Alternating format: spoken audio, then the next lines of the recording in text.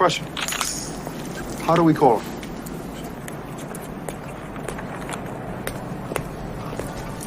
He gave us a signal.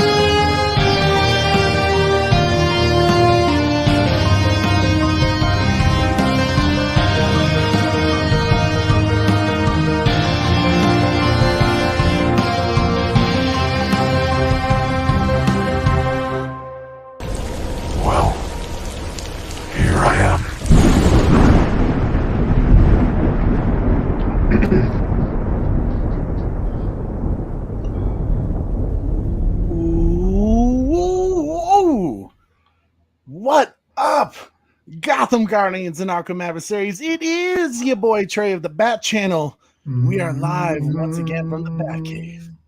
Man, oh man, I miss our theme, man. When we play that, when I see everyone saying duh, gets me hyped like none other. And I had a bad day at work today. But with you always have a bad day at work. Always have a bad day, right? But with you guys, I'm feeling fired up more than ever. And as always, you're hearing him humming. He's ready to go. Super Bro Corey's feeling dark. Let's do it. Super Bro Corey in the house, ladies and gentlemen. What's up, everybody? How we doing today? I mean, now the news that's breaking today, we already knew about. You know, if you're part of the Sill Nation, you follow Geekosity, and honestly, if you just pay attention to what was going on with Warner Brothers Discovery and DC in general, you could guess. It makes me laugh for the amount of people that would comment on my videos and say, you guys are wrong. Hamada's going to be staying. He's going to finish out his contract. He just renew. Really? Well, apparently, according to Deadline, that man has packed his bags. He has filled his box with all of his shit, and he is out the building. My friends. If you've been paying attention to Sill Nation, you're over here like, hey, I'm not surprised. You know. You already know.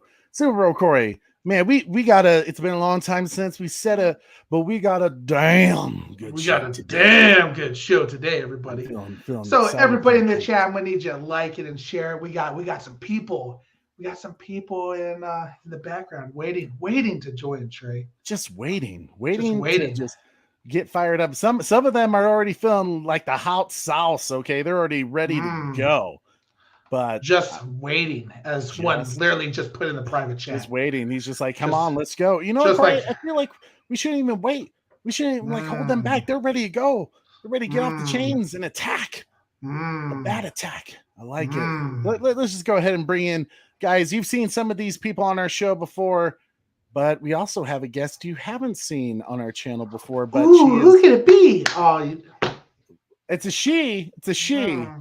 But first, let's go ahead and bring in our panel real quick. Super Bro Corey, you know what to do. Let's bring in, you know who it is. Hey, I'm a police officer. This is an arrest. Freeze! Jeez. I'm a cop, you idiot. I'm Detective John Kimball. This man is under arrest. Yeah, motherfuckers, fuck you. Where's Walter Mother now? There's no more. Oh, Walter Hamada. I need to go to the bathroom. Fuck you. There is no bathroom. There is no bathroom. Fuck you. I'm a cop, you idiot. In case if you haven't noticed, if you are below the age of 18, this show is probably going to be rated R. Lots of F-bombs dropped every 5 seconds. So prepare your ears. No, I'm really sorry about that. Right? Do you know what I think is right for a really good time for a speech for the Zack Snyder fandom. Come on, screen, Corey. Yeah, let's get it there. Right, come on, people. After all we've been through with Water Matter, Justice League, all these kinds of things, all these people coming in trying to ruin the movies, it's time to all come together and celebrate. This is Henry Cavill is back. Henry Cavill is back. Come on. Fuck all this fucking boycott you. I'll boycott you. I'll fucking boycott you, motherfucker. Quit! The SnyderVerse is returning. Fuck you assholes. Buy your tickets for Black Adam. Do it! Do it now! To add on to the more F-bombs here, let's just go ahead and bring in more people on this panel. Let's just get this fire started. Let's see here. Who's the next one, Trey? I think let's go for it.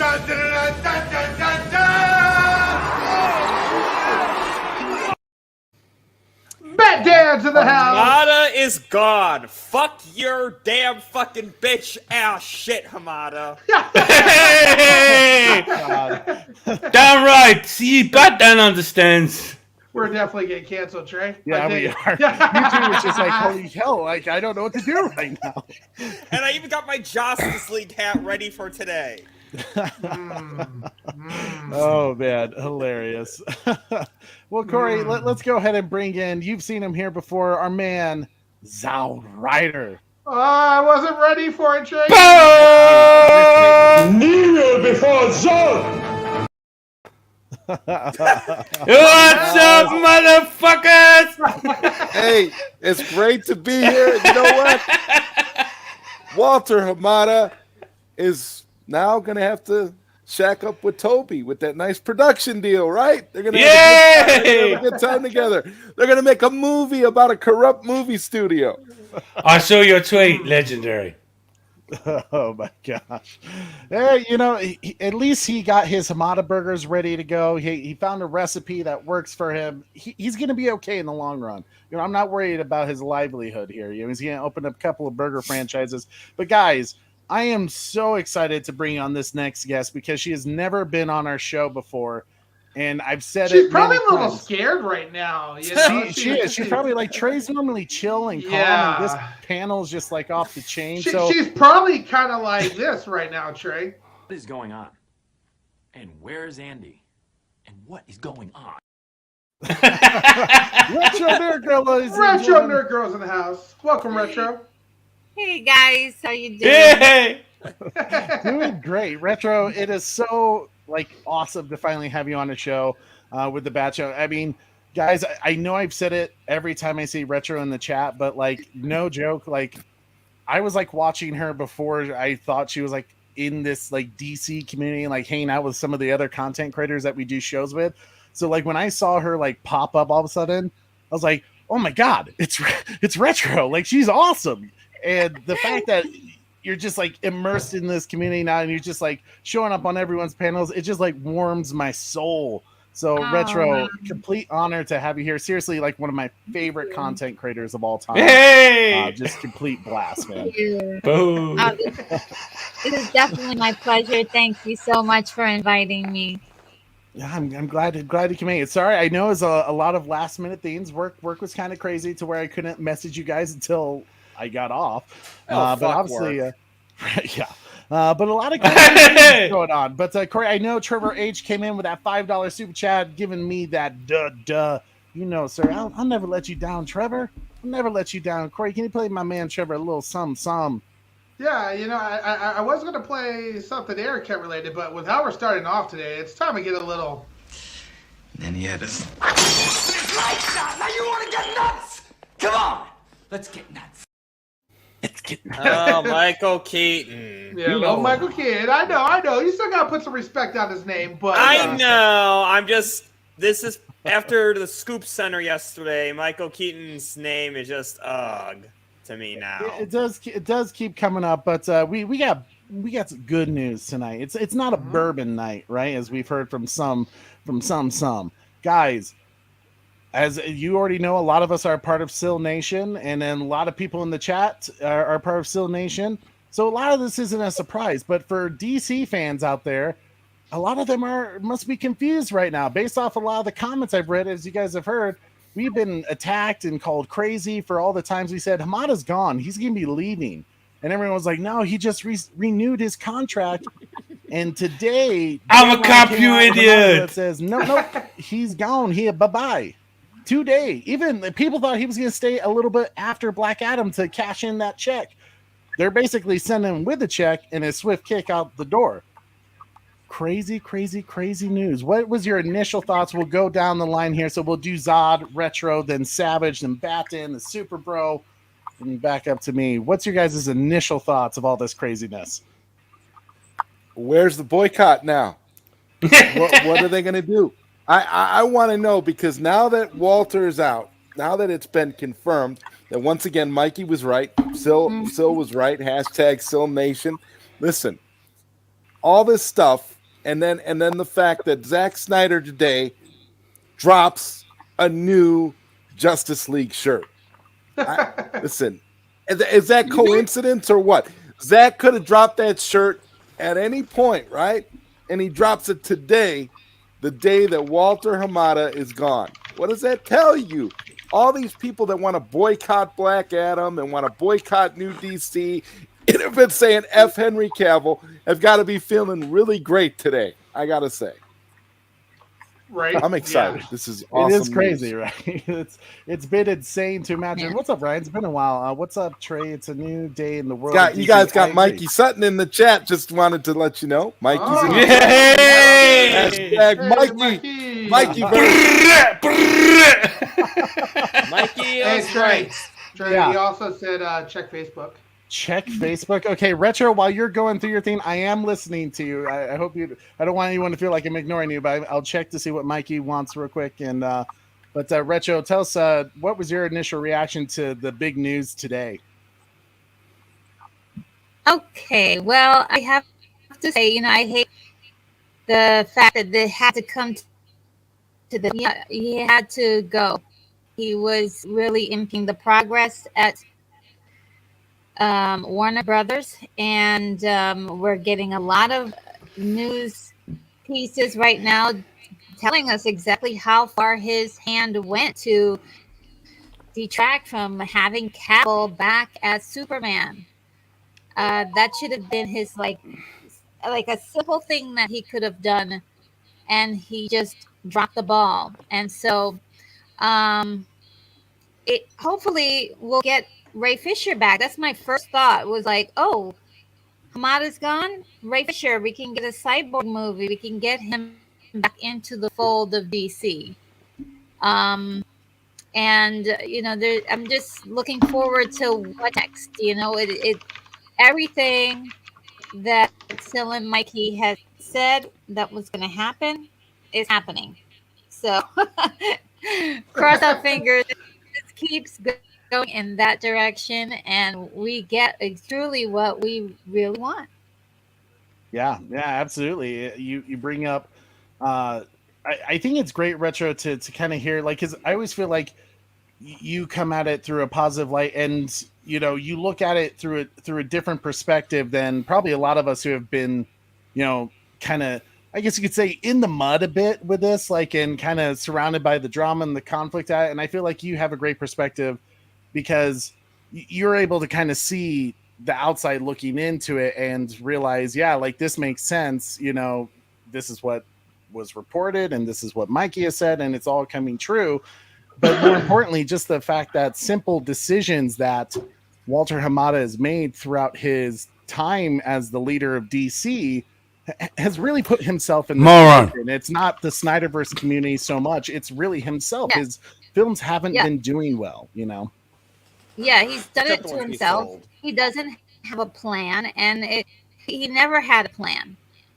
And that's the main reason why the entire franchise DCEU is just non-existent, really. And so we're building up from what was done, Zack was able to do, and hopefully, what they're trying to build right now. And I'm just worried with all of the negative comments and negative reviews that are coming out by, I don't know who they are, but the complaint is that Black Adam is a superhero movie. It's just a superhero movie. And so I'm like, isn't that what these movies are?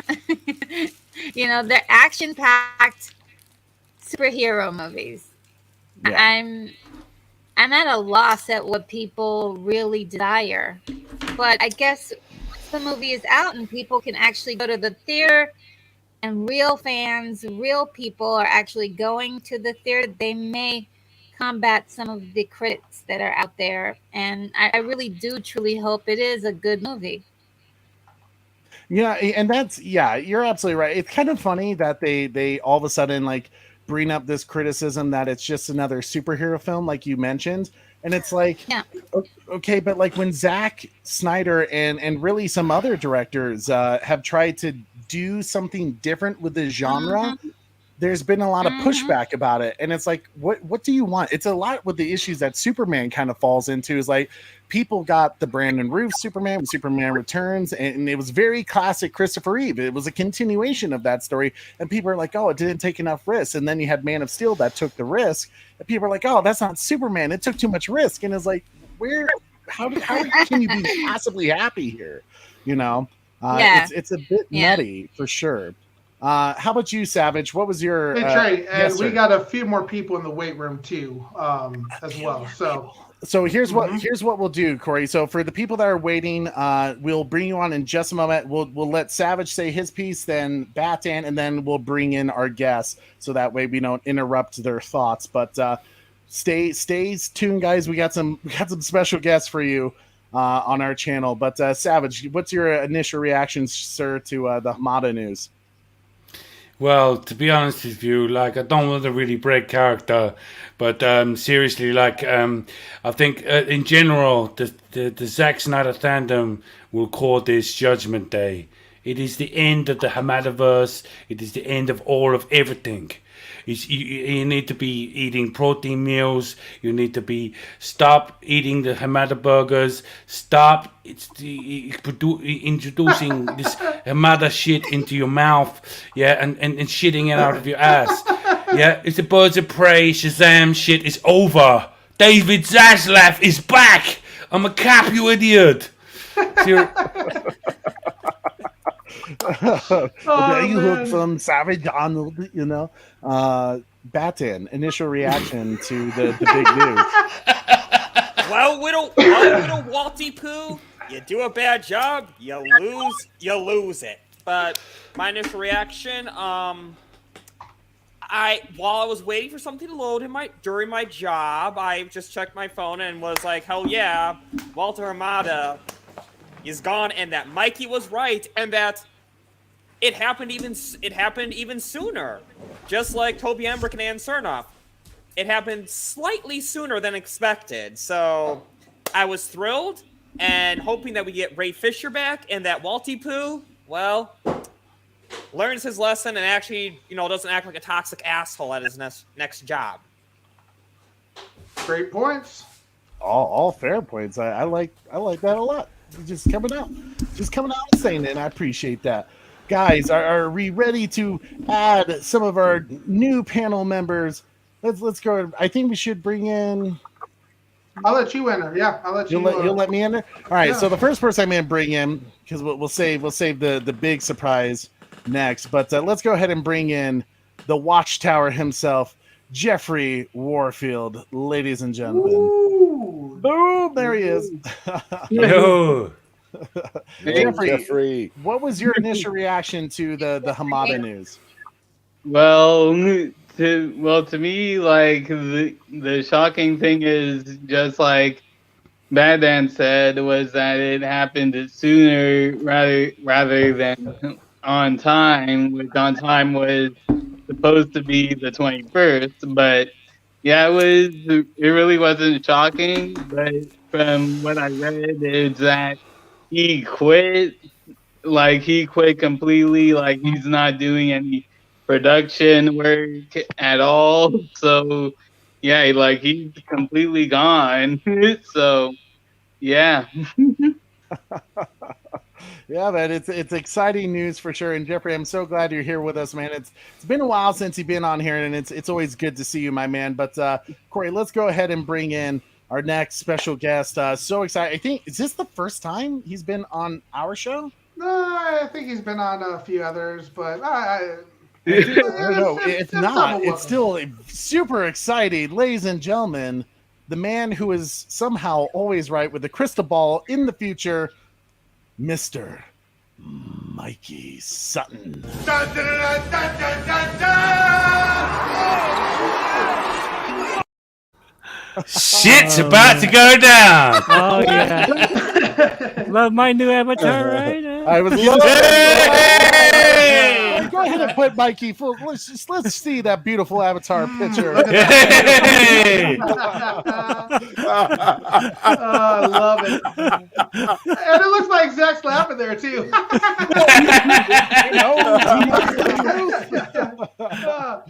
Welcome, Mikey. I'm sure that was his reaction today when he got the news. Well, you that t-shirt, Mikey. Put out the t-shirt. Yeah, the Justice League. Yeah. The world is a Justice League.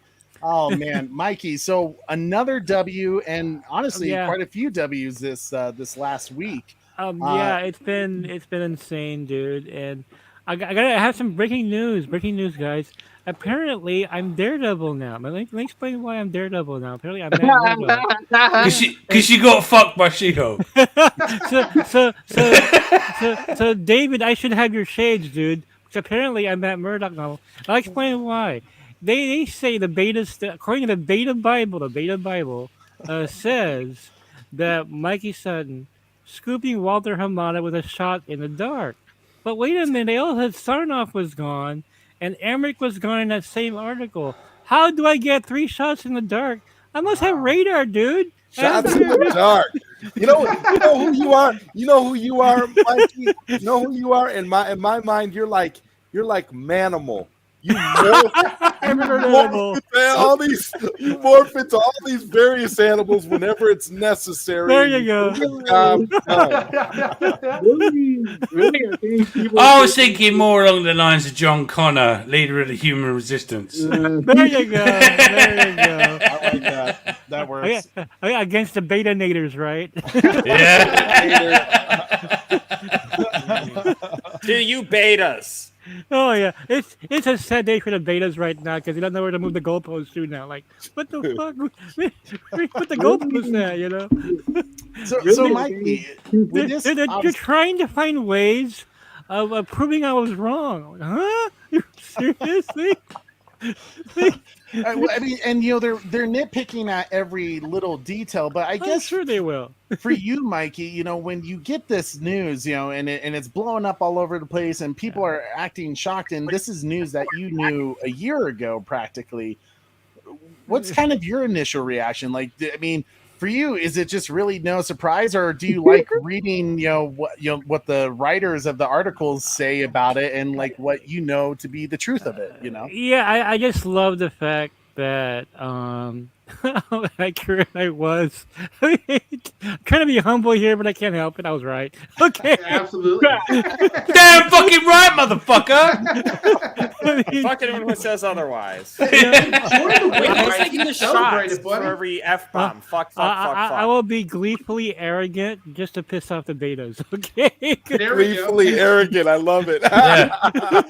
Do you know what? I stand behind that statement. So will I. These betas for the past 2 years have been giving you guys shit, trying to make you feel bad with every stupid tweet of theirs. Simply stupid and wrong. Okay. Yeah. Telling you guys I had this little Bryan Cranston meme that I posted today on my social media, where I just ran off a bunch of the ones I just got correct in the past couple of weeks. Hugh Jackman is in Deadpool 3, like I scooped 2019. Hamada's gone. Sarnoff is gone. Emmerich is gone. Man of Steel 2, which I scooped as well. Henry Cavill and Black Adam. The Rock wants a cohesive DC universe. Those are my exact words, right, in that article. And so on and so forth. I mean, I'm just jumping for joy right now. I feel like joining the Ewoks in a big, Well, no, that's what it's like, when they're all. Dun, dun, dun, dun, dun, dun, dun.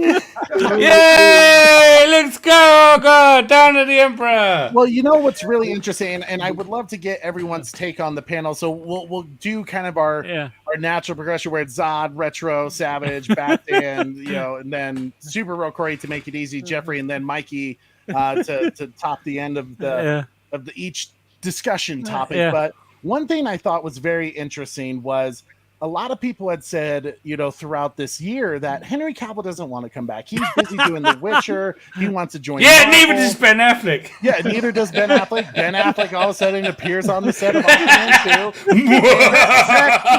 2. Zach doesn't want to come back neither. But one thing that I thought was, even more funny was shut the fuck up. The Rock during the red carpet event.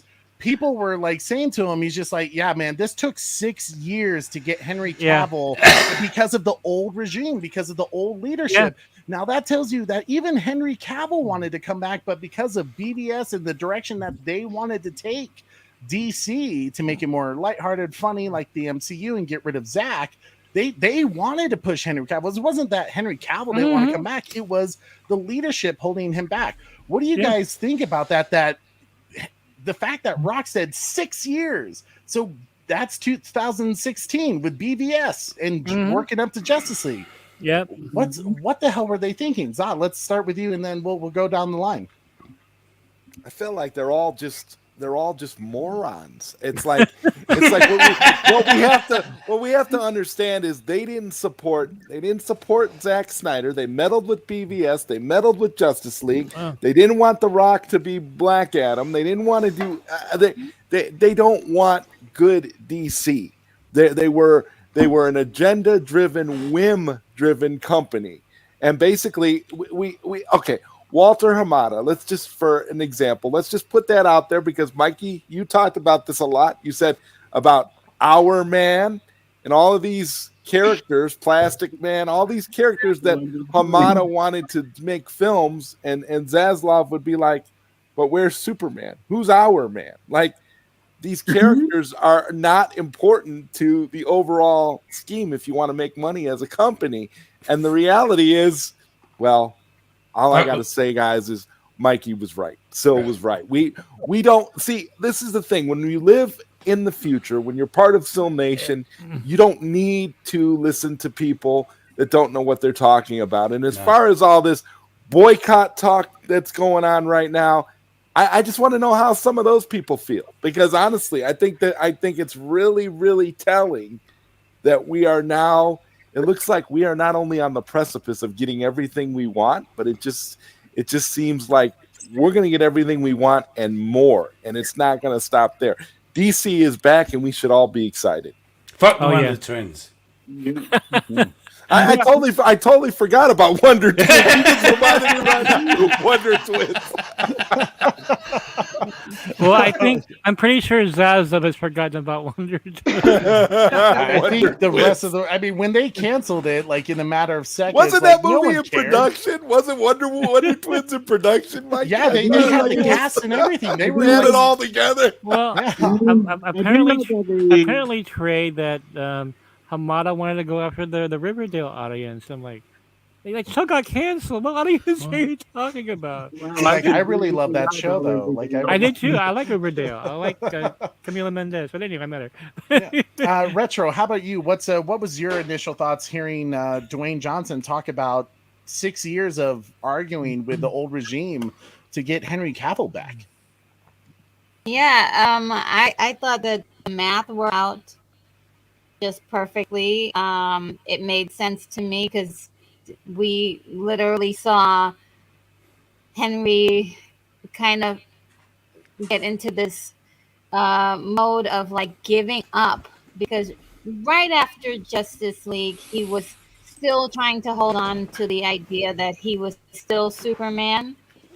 And I think what really did the whole thing in was, and I'm not sure exactly where I heard it from, but he went in with Christopher McQuarrie with the plan to do a Superman movie.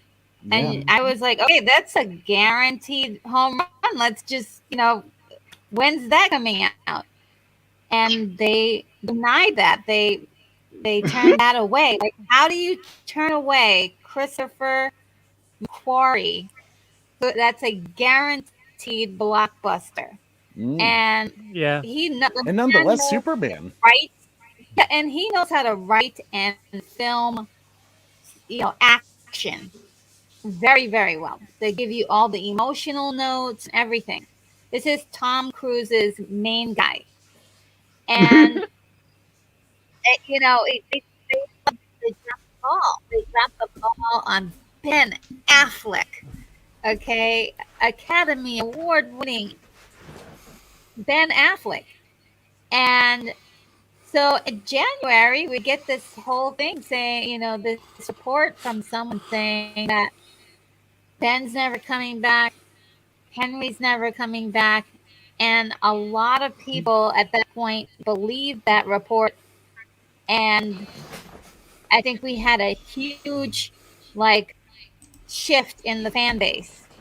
So that caused a lot of problems for a lot of people. And I know that Sil and Mikey in particular got extra heat on them because they were saying, hey, don't worry. They're going to come back.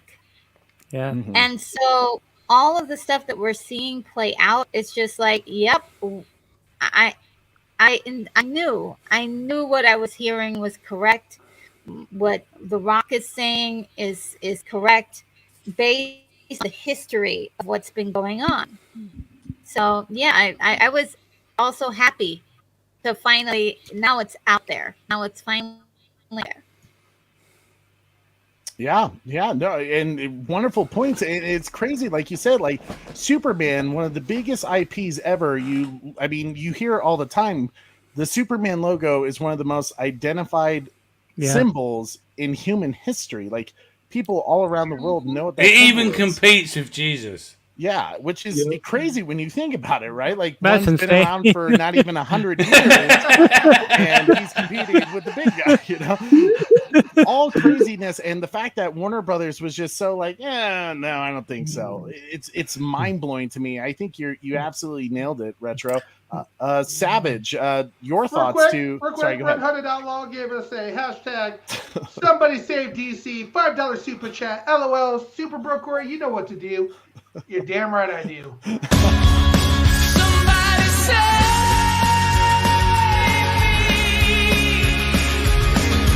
let your warm hands break right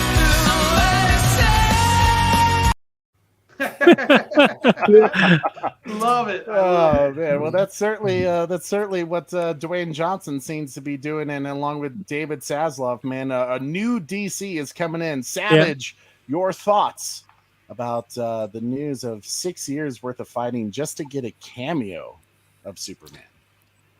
Wow. You know how much I've been fighting against this fucking bullshit. Yeah? Right? Yeah, I'd just like to enlighten you on a little fact, yeah? The Rock was first cast in 2007? Yeah. He was cast in 1998.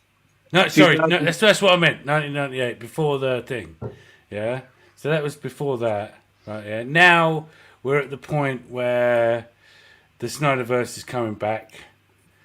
And I think, do you know what? The most important thing to recognise across the whole of the internet and all of these people that have got content creating YouTube channels and stuff is you got it all wrong. The SnyderVerse fandom won. It's over. It's over. Seriously. Ben Affleck is back. Henry Cavill is back. Zack Snyder will be back. And he will bring Ray Fisher with him. Oh, yeah, he will. Yeah. Hey, Trey, I have to go eat dinner. Just want to drop a couple things before I go. Yes, sir. Go just right ahead. wanted to join the guys in the big Ewok dance around the campfire. Yeah,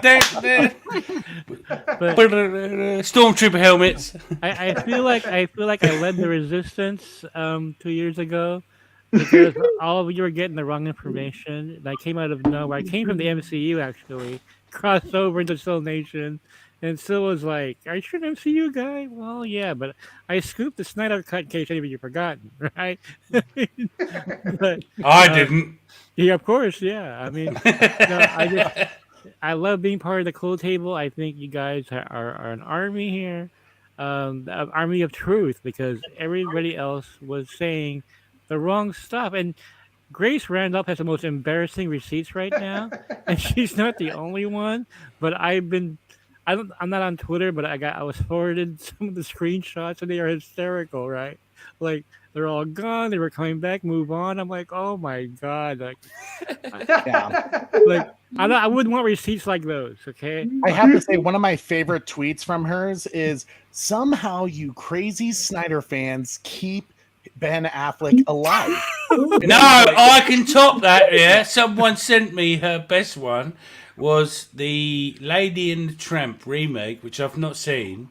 Yeah, was voiced by a black actress, and she said everyone knows the Lady and the Tramp, which is a Cocker Spaniel dog, is played by a white person. No, seriously, come on. Oh my god! Wow, wow.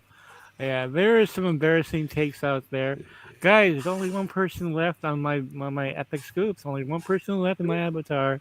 I said brick by brick, and he's the main guy, the biggest brick of them all. Is just waiting to be put back into that wall there. And the any of you doubt the SnyderVerse won't get restored? I mean, seriously, at this point, all the evidence is piled up, you know. And even the brick by brick part came true, right? I should say rock by rock part, right? Hey! Oh, trigger! There's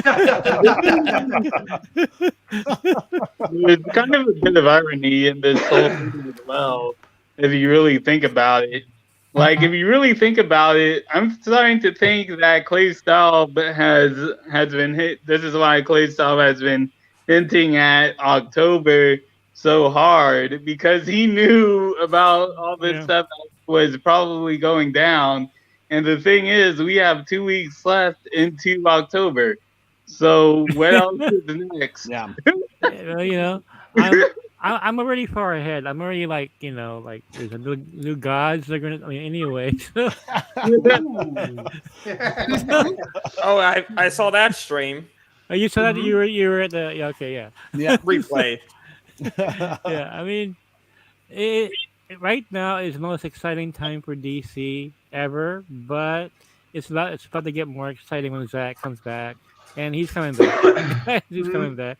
What I thought was hilarious, guys, was Charles Roven coming back from Man of Steel 2, and there's still doubters out there. Like, are you serious? His right hand man is producing the next Superman film, and you're still doubting? Really? Yeah.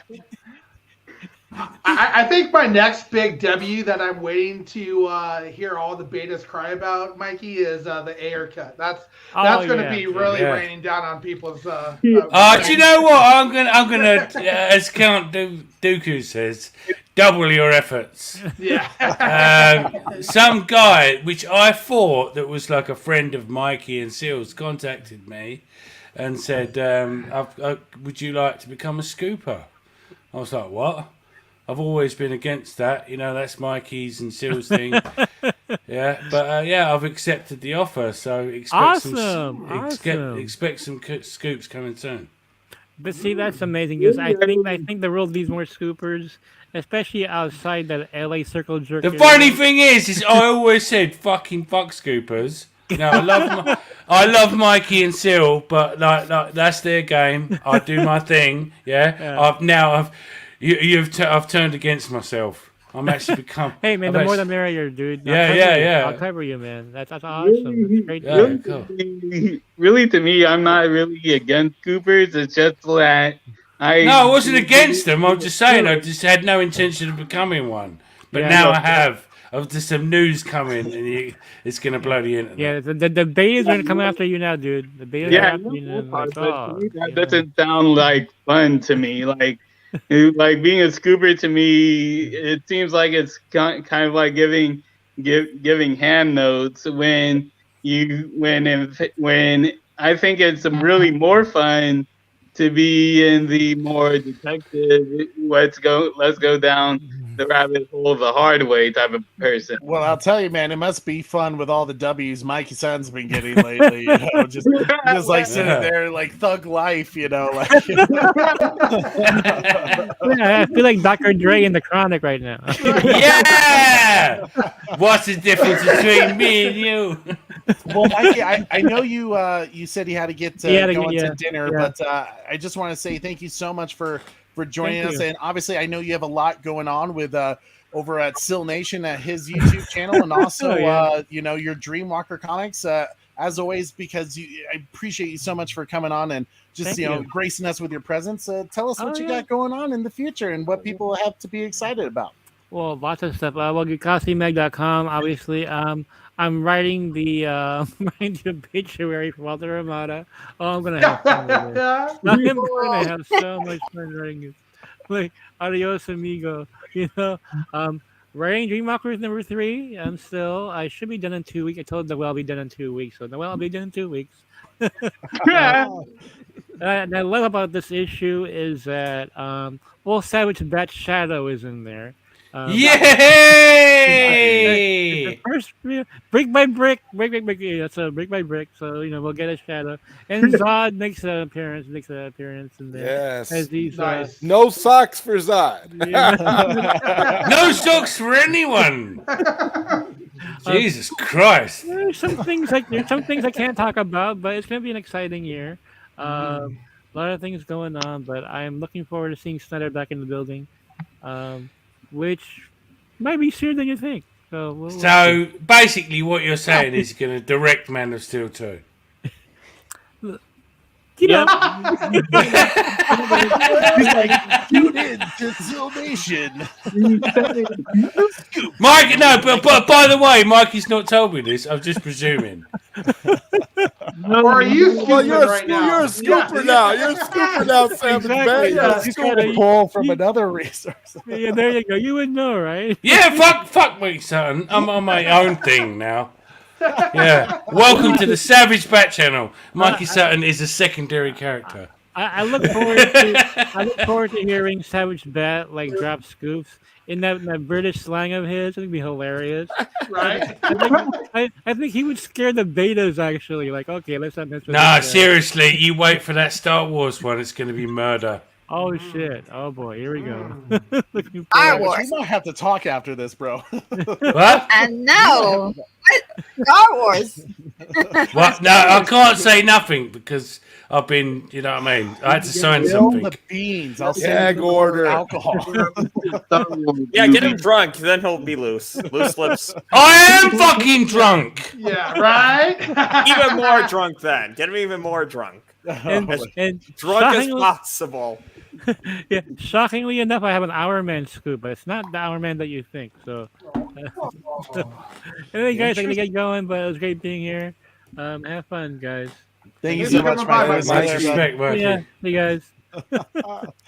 Oh my gosh. Well, it's always a blast having the man himself, Mikey Son of the Mikeyverse, coming in hot, just gracing us with his presence, and the man who just, you might as well call him the W Man, the Wonder Man, the Winning Man. The Wonder Man. Phil and Mikey are the Wonder Twins. Oh no! Yeah! Oh my God! I never made the connection. The Wonder Twins. That is fucking brilliant. I think last we were at with Bat Dan with talking about Black Adam. Like, what do you think about The Rock talking about 6 years to convince the old regime to get Superman in, and it isn't until David Zaslav smacks him around and says, "What are you guys talking about? The Rock is right. Put him in." I was not really surprised, honestly, with how stupid as fuck the old regime was. Did you just say you were not surprised? No, I'm not surprised at all. I mean, the old regime made a bunch of dumbass decisions. This is like, I mean, so what you're trying to say is, Corey, you know what to do. Don't disappoint me. Don't disappoint me, Super Bro Corey. You gotta be. I'm trying to keep up with the chat as well. Trying to keep up with chat. Like when Bad Dan says stuff like that, you gotta give it to him. Hey, I'm not surprised. I mean, like, seriously, though. Like, I mean, it was... Shit. First of all, not just for the fact we're all talking about, like, how popular Superman is, but why would you ever think it's a good idea to say no to The Rock? The Rock is someone you just do not say no to. If The Rock says, I want Superman to wear a pink suit in my movie, I don't care how stupid that sounds, you do it. I mean, Walty Poo... You're an idiot. I'm sorry, Walty Poo, but you are a fucking I mean, you're idiot. nailing this right now, Bata, because, you know, this is how I imagine when The Rock says, you know, someone is, you know, when they don't like his idea and him trying to promote Superman, right? Like, Corey, you know what The Rock says? Is that what you think? That's exactly It doesn't matter what you think! Well, obviously, guys, Walter Hamada didn't know his role. Well, you know, I imagine like every time Walter Hamada tried to suggest something, you know, the conversation would probably go something similar to this. You know, you ready, Super Bro?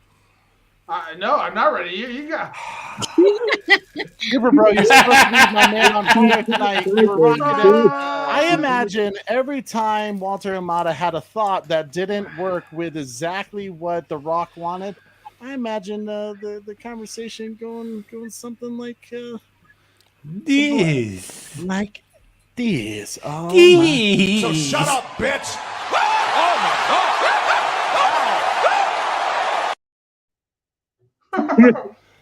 You know, it makes me holy shit. Yeah, Bat Mike? Bat Mike's in the house. Miguel. What up, Bat Mike?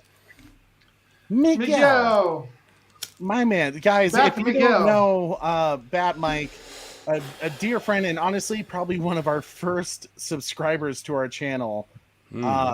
So every time I see Bat Mike in the chat, I always have to give him a big shout out. He won the first DC Fandom Cosplayer Award. Guys, this man has been a huge supporter of the Bat channel, a huge supporter of Batfleck and the whole Restoring the SnyderVerse. If you haven't checked out his Instagram, you need to. His YouTube channel, he does some great shows over there, and his cosplay is absolute fire. I cannot recommend enough about Bat Mike.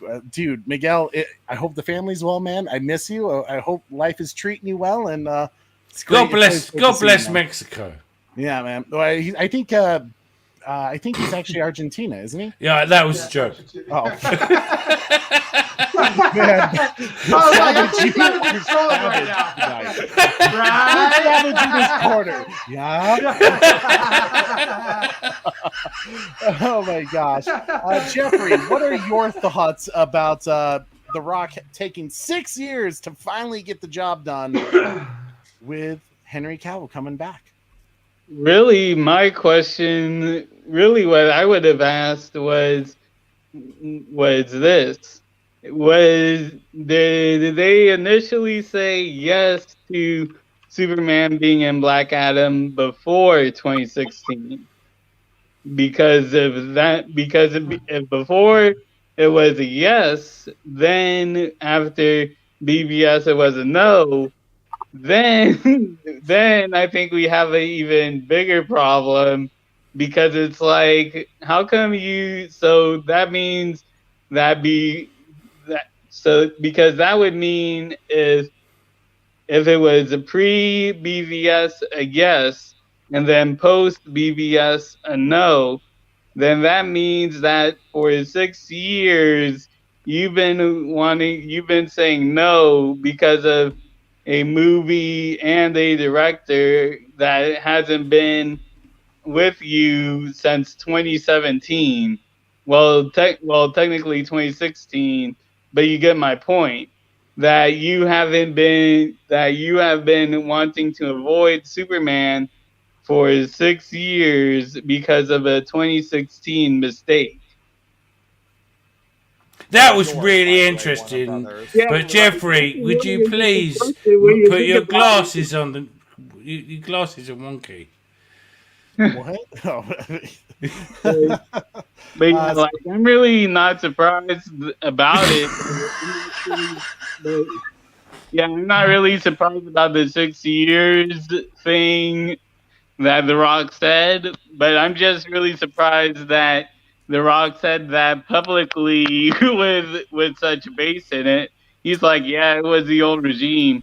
Like, Well, I mean, I think though. Yeah, I mean, I think what it proves is for all the people that like when they saw Dwayne Johnson accept that award from Toby Emmerich and he gave him a hug and everything, that was just The Rock being a businessman, you know, doing what was respectful. And a guy's giving you an award, like accept the award, right? It's a great award. I mean, the fact that it's Toby Emmerich giving it to you, yeah, that sucks, but nonetheless, it's a high achievement for just another thing that he has achieved in his entire career. And as he propels forward with, you know, future advancement with his Studio $7 production, and now here he is, you know, he doesn't have to worry about being respectful and being on the same team, trying to get his stuff out there, right? Trying to get his Black Adam movie done the way he wants it to be done.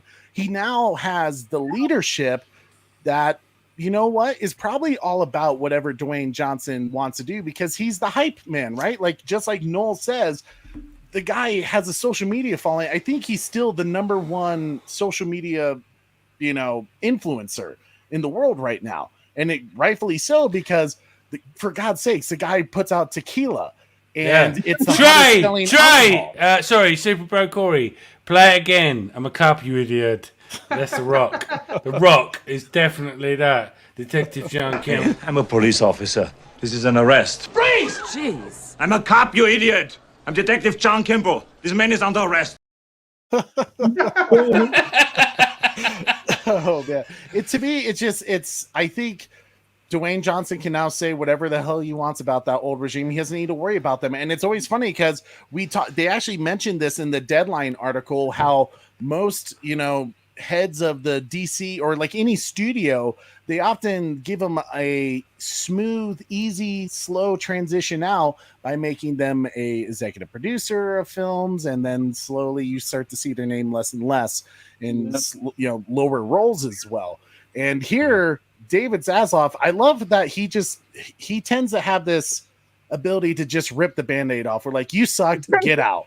You know, like, you want to stay till the Black Adam premiere? You're not even invited. You know, like, get out. Yeah. Can I just say something? Right? Yeah. I'm just going to call it right now. Dwayne Johnson is going to become the president of America. Oh yeah. You know, he's talking that's about my that, scoop. yeah. That's my scoop. That's your scoop. That's your scoop. If you're wrong, what do we get? What? If you're wrong, I want the title to your land of Britain. Britain belongs to me. Now, do you know what? You can have access to my YouTube channel and my 250,000 followers. Done. Oh my gosh. Oh man, you guys are, well, obviously with this big conversation, the word is out. For those who haven't been paying attention to, hell, even Black Adam, spoiler alert. If you don't want to know, you don't need to know now, right? You can go about Black Adam. Spoiler alert. Obviously, Henry Cavill is in Black Adam. Oh, Even spoiler Dwayne... alert, Trey. No shit, man. Sherlock. Well, I mean, hey, dude, Dwayne Johnson said, I just want to make sure for all the people who maybe are watching us on the replay crew, you know, Dwayne Johnson has said Superman is in his film and it's Henry Cavill.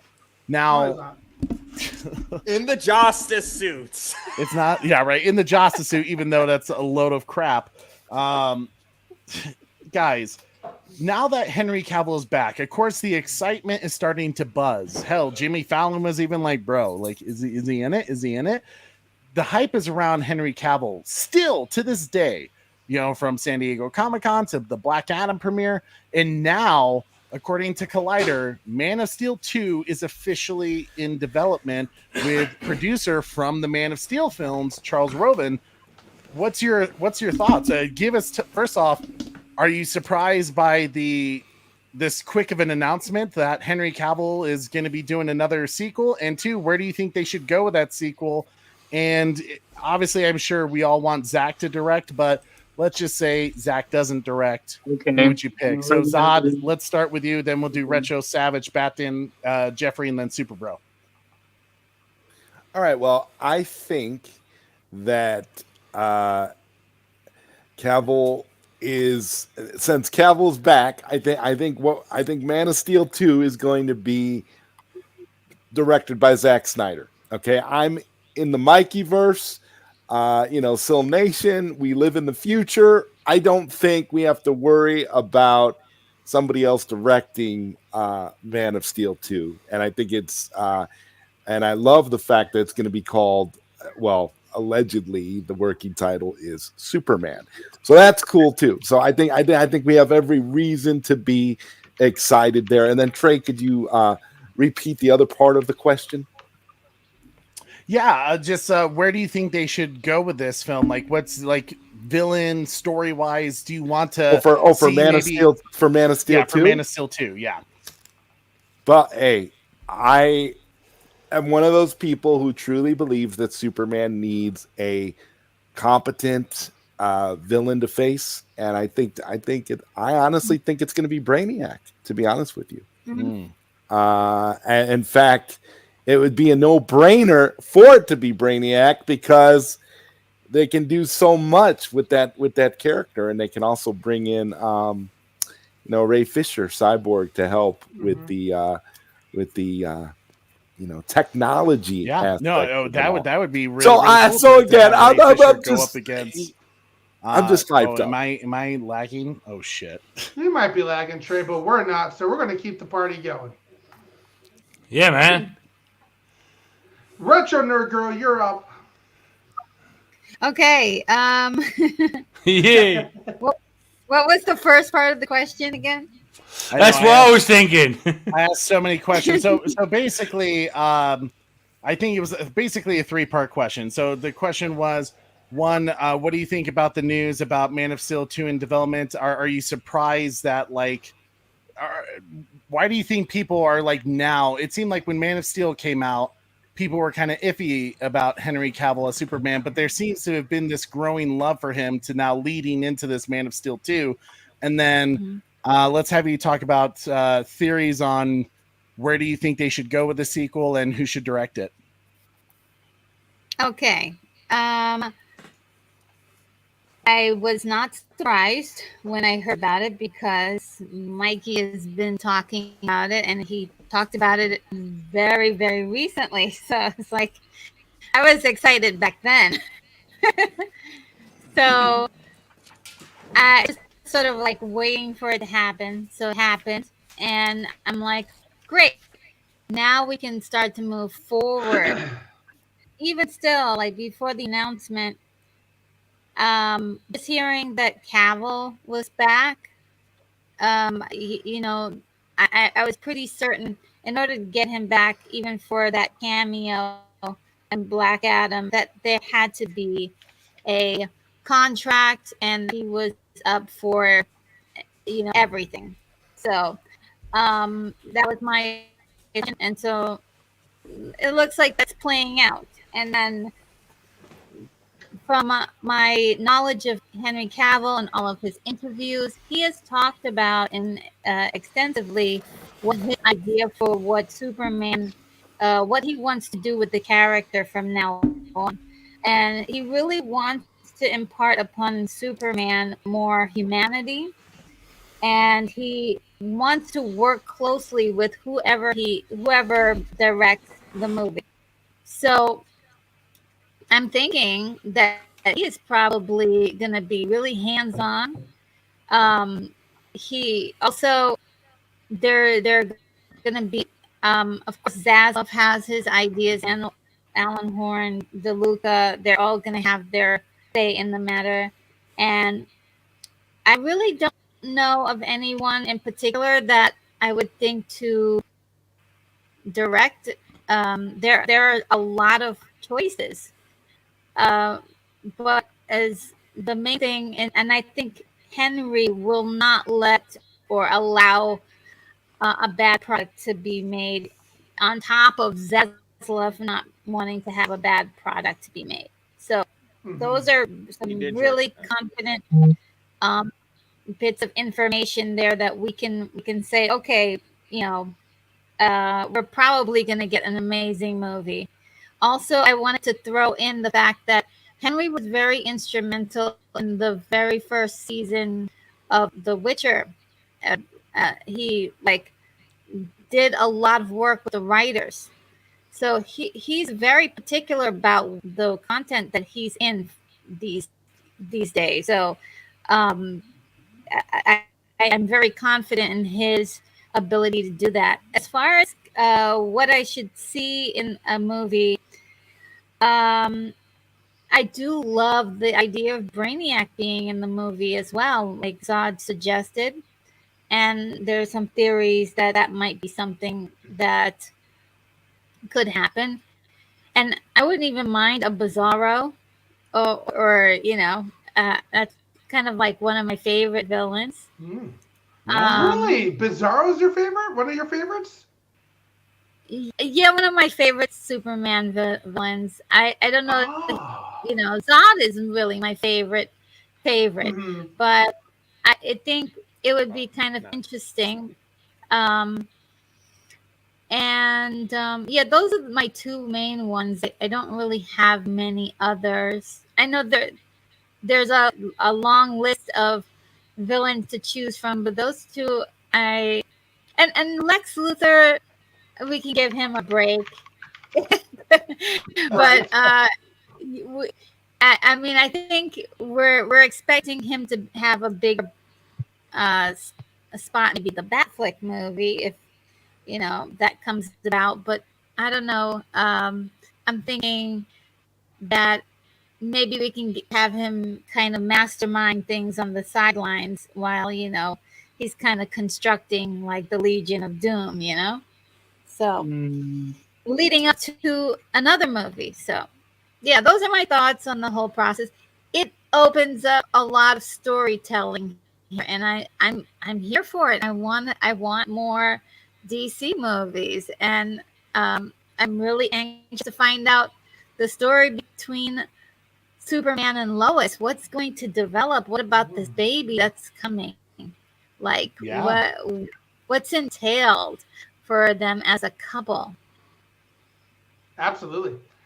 Hey Trey, let's hop down to Jeffrey. It sounds like his battery's gonna die, so let's absolutely. if he's able to come back in the stream, that's awesome. But let's give Jeffrey a go real quick. So yeah, Jeffrey, to remind you the three questions. So essentially, what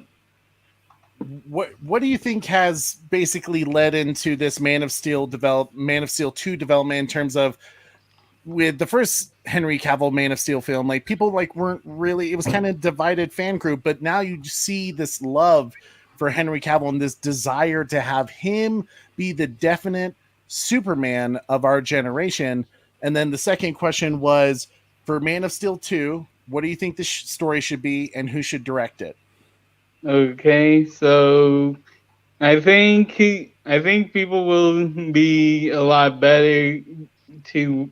I think people will be more accepting of Man of Steel 2, especially now that people have come to like see the seasoned chicken a bit of Man of Steel and BVS and Zack Snyder's Justice League.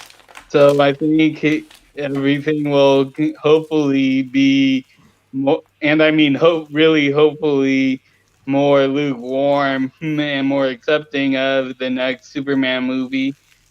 And as for the Man of Steel 2 production, for the director, if we don't have Zach, my second option will be James Cameron with doing a Brainiac take, because I think that would be a really interesting movie to see. Like I think really with how he does the Avatar with how he's doing his Avatar universe. I really am interested in seeing what James Cameron might be able to do with Superman. So that's kind of an interesting, and he could really hit the sci-fi element that Zach did with Man of Steel. All really great takes, Jeffrey. I really dig that, bro. Hopefully, if you're able to put in your charger, I would love to have you. But I know if you need to plug in the phone real quick. But Jeffrey, if we don't see you in a little bit, if your phone cuts out, bro, it's always a pleasure having the Watchtower himself part of our show. You've been with us for a very long time, my man, and it's always a blast seeing you, Jeffrey. Thank you so much for being here, brother. Peace. Okay, who were we back at? Was it Batman or Savage? You know, it's the motherfucking Savage Bat. Savage. Okay, so do you need a refresher on the questions? Yeah, can you please repeat the question, please? Yeah, absolutely. So the first question was, basically, from Man of Steel, there was a division about Superman. People didn't seem all for Henry Cavill, to now people really believe Henry Cavill to be the one true Superman of this generation and want to see him back for the sequel. Why do you think that is now? And then the second kind of two-part question was, who should direct Man of Steel 2 and what should that story be? I'm going to flip it on you like Busta Rhymes.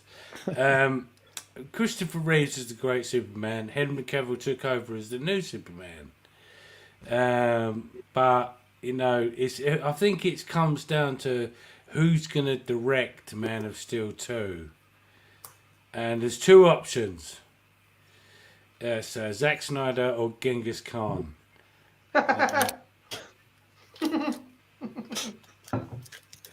I'm rooting for Genghis Khan, personally. That shit was dope. I mean, just to see a dead person alive, just directing like, No, come on, seriously. You know it's true. Oh my god, Batman, how about you, sir? Okay, well, I actually wrote down the questions in case I forgot, but I think honestly, the Snyder Cut, I think Snyder Cut made Man of Steel and Batman v Superman retroactively better for a lot of people.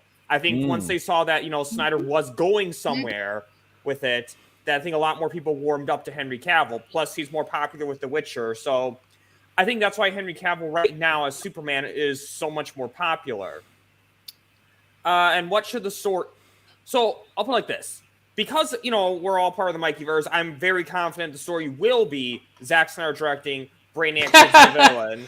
But in terms of what I think what I would kind of like it for it to be is, I've always thought Brainiac would have been better for a third movie.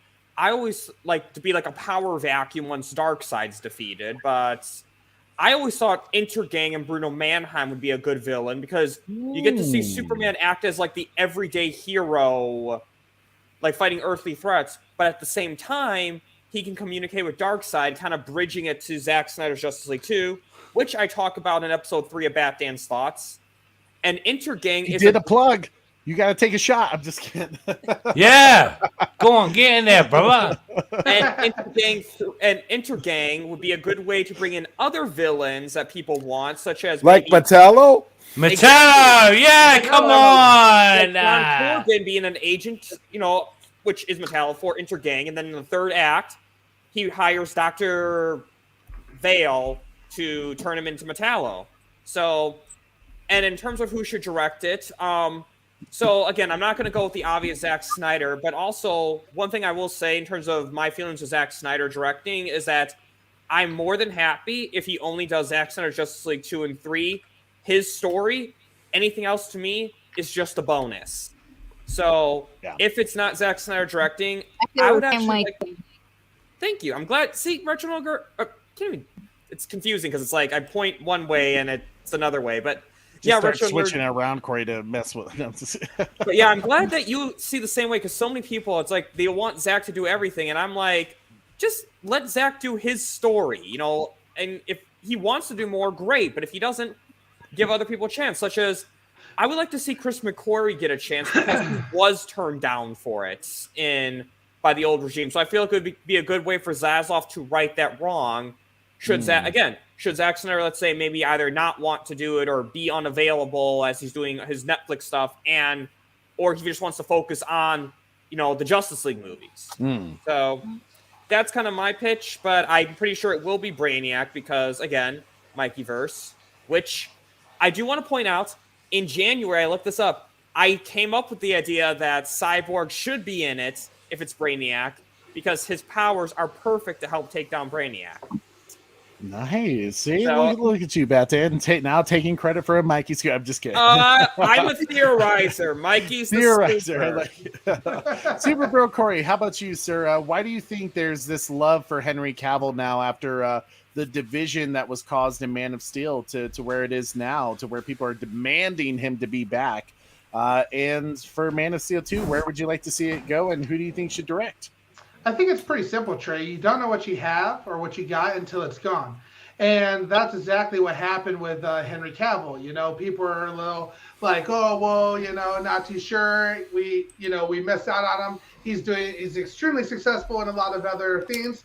And boom, now that he's coming back, there's a lot of hype behind it. Yeah. I think it also means, the restoration of the SnyderVerse as well. But very similar, it reminds me of like Anakin and the prequel, of Darth Vader as well. People were so happy to see Hayden Christensen come back. He received a lot of hate as Vader. So, it's that time, people like take a step back and like, whoa, Henry Cavill was the bomb as Superman, yo. What's up now? I think it has a lot to do with that. As far as who I'd like to see Superman go against, obviously, I think we haven't really seen Brainiac in a movie like this, like what can be done with nowadays technology. So there's something exciting and just piques my curiosity with Brainiac. Bizarro, I agree with Retro Nerd Girl. That would be an interesting one as well, too. But definitely leaning towards Brainiac, because I feel like, when people think of Superman's heroes, or excuse me, villains, really people only, name like Lex Luthor, Doomsday, and General Zod, and that's probably it. And Doomsday is probably you better be watching the comic book side of things. So I think it would be cool to introduce in Superman maybe a few villains that we haven't seen before. So I hope it's Brainiac is the main one, but I hope we get a few extras in the list as well. So and then your last question was who I would like to see direct it. You know who I want to see directed, buddy. I want Zack Snyder to direct it, but I think what Jeffrey said earlier. I thought you were going to say Rian Johnson from Last Jedi. I'm just kidding. Genghis Khan. Yeah, Genghis Khan. I think James Cameron's an interesting one as well. So I'd be okay with that. What's that? I didn't hear what you said. Oh, James Cameron would be an interesting one as well. So. But Zack Snyder, I thought another somebody mentioned Christian Bale. What if he came back as well and did some more of his sci-fi side of things as well? Because we know Christian Bale.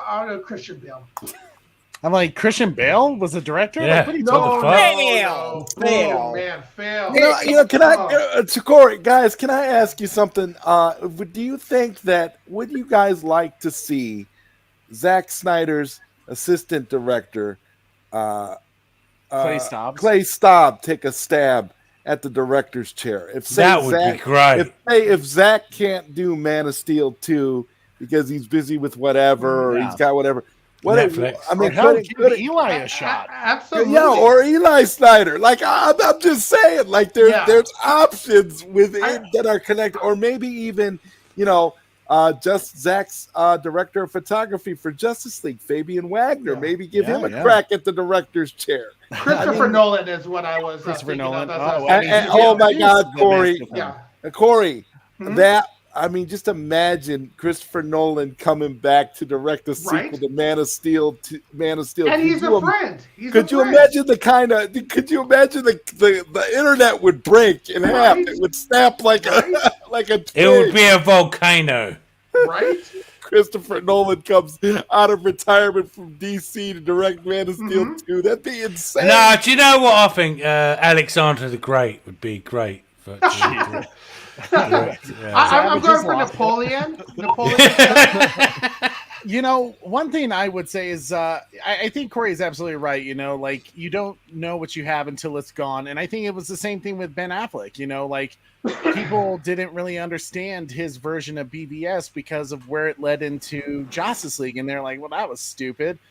And honestly, a disrespect to the character of how they wanted him to be in the Justice League film. And then when I think you see Zack Snyder's Justice League and you see that he was basically Justice League Unlimited Batman, you know, from the animated series, you're like, oh my God, like this is picture perfect right now. Like we need Batman back. Trey. Yeah. What if Henry Cavill wants to direct it himself? Wow. I mean, hey man, it'd probably be easier for him to do it rather than Ben Affleck trying to direct a Batman film. But yeah, I would be down for that. Yeah, that'd be really What cool. about if it was Ben Affleck? Well, hey, what if Ben Affleck directed Man of Steel 2? I've got one better for you. Yeah. What about if God directed it? Oh, doesn't God already? Someone can't savage another yeah, I think Zod, or not Zod, Savage Bat. Okay, let's see how drunk you are. How many fingers am I holding up? What the fuck? I'm testing to see how drunk you are. How many fingers am I holding up? Yeah. I do not. I honestly, I can't tell. Ladies and gentlemen, that is 7 of them. Yeah. Yeah. You know, me personally, I think with what the sequel should be, I think Brainiac is a great story. My only worry about the Brainiac is I feel like Brainiac is like a Justice League level villain. So yeah, it'd be cool to have Ray Fisher there as Cyborg, maybe even Batfleck, and you know, having to bring in some other characters that would need to take out. But then I get worried, is that a Superman film anymore? Like, you know, The Flash is basically just another Justice League film. So I get worried about Flash that too. Yeah. To be honest with you, can I just cut it? Yeah, right. Yeah. Phantom Zone characters that apparently are supposed to be dead. What about if they came back? What about if they was the villains? Zach actually said an idea for a solo movie was Brainiac and the Fiona Phantom Zone people return. Yes, I know, Dan. I'm not a child. But yeah, man, I would also the Mongol. You know, I think he'd be a great villain. Now, guys, to kind of throw a wrench in the pot, I would love to hear all your guys' takes because we talk about who would direct, right? And obviously, Zach is the person we want, and Zach is a pretty good chance. Fiora, thank you, Fiona. Why did I say Fiona? Genghis Khan. Yeah. William Shatner. Obviously, William Shatner. One person that has been sitting on their ass at Warner Brothers Discovery and Warner Media at the time, not producing anything, and honestly, he's pretty much just getting paid to do nothing except for say crazy, outlandish ideas like, what if we did a Black Clark Kent rather than a Val Zod Superman? What if they gave this to J.J. Abrams? Do you think that ruins this movie immediately? Yes. Right, yeah. Trey, no. That was a bad idea, Trey. I'm not saying I'm for it. I'm just saying, I mean, do you throw something at J.J. Abrams if you're David Zaslav and go like, this guy needs something to do? He's getting paid millions of dollars to do nothing. No. That'd be just as bad as if they got Ryan Johnson to come in and direct it. I mean, come on. No. Don't even speak like that, Trey, because the problem is that with speaking negativity is a very positive thing in this world. So when you speak negativity like that in the world, it has a tendency to gain traction. Right? And Trey just never brought that bullshit into the universe, I'm just gonna say if that comes out, scooped. Never say that again. And we know who we're gonna come after. But you know, that would be the worst scoop ever. I would not take credit for that one. I mean, I joked on Twitter saying, well, what if Matt Reeves came in and directed Man of Steel 2? I mean, I don't think anybody wants to see that either. So I sympathize. Right? Yeah. Exactly. Oh, you know what would be worse? Joss Whedon directing Man of Steel 2. That would be even worse. That wouldn't even. We do not speak his name never, here. That would never happen, though. That's the thing. It's an impossibility. Well, although I don't know, because didn't Henry Cavill kind of like where Joss Whedon was taking the character? I think he appreciated that Superman was a bit more, because I think Henry Cavill does want to get to that Superman that we all know. We're screwed. Joss Whedon's gonna direct it. Oh no! But interesting that you bring up Josh Whedon, Josh, because the reason why Josh is a nice little segue is Walter Hamada. Kind of the big thing that we were talking about all throughout today. Walter Hamada is out now. So we're now the hunt for the DC, leader and chief is in full gear. They're searching, and we know the names have been thrown out and stuff like that. And I've heard a few names, and one I think was Danny Garcia, which is The Rock and Henry Cavill's agent. That's kind of an interesting choice. What's your guys' thoughts on that, with the possibility of being Danny Garcia, or do you have a better solution other than Deborah Snyder? I had my heart set on Deborah Snyder, and I don't know. I mean, because let's be honest, for a while, that's the name that Mikey was kind of hinting at for quite a while, and now it's kind of shifted over to Danny Garcia because of the way things have shaped up. I don't really know if I think that Danny Garcia is going to get that position. I just for some reason I just can't see her in that role.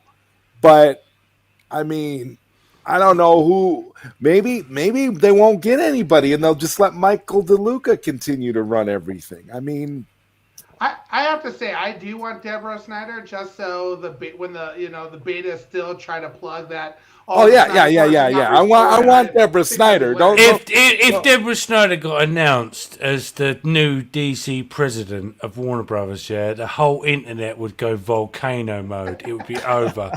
I'm telling you now. That would be the end. There would be no internet. Yeah, the internet would be gone. That would be the end. The betas would just all fall in. The age of the beta would be over. And unfortunately, World War III would probably. It'd be start like then. Lord of the Rings when Mordor starts breaking down and all the land and the orcs just fall into the pit of darkness.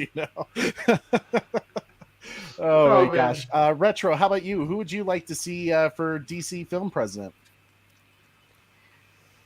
I don't know. I mean, I thought Danny doesn't really seem like the person that would be perfect for it.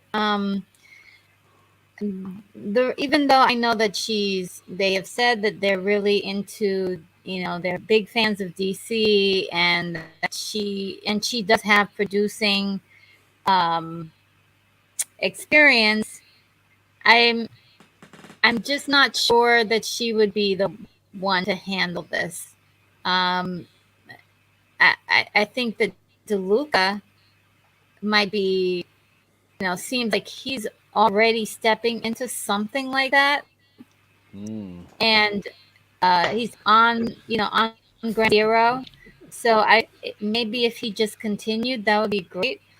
Or and Deborah Snyder. The only reason why I wouldn't be full on for that is because I don't know what having that job would do to her relationship with Zach and the movies that they want to put together, that they want to do in their career separately from DC.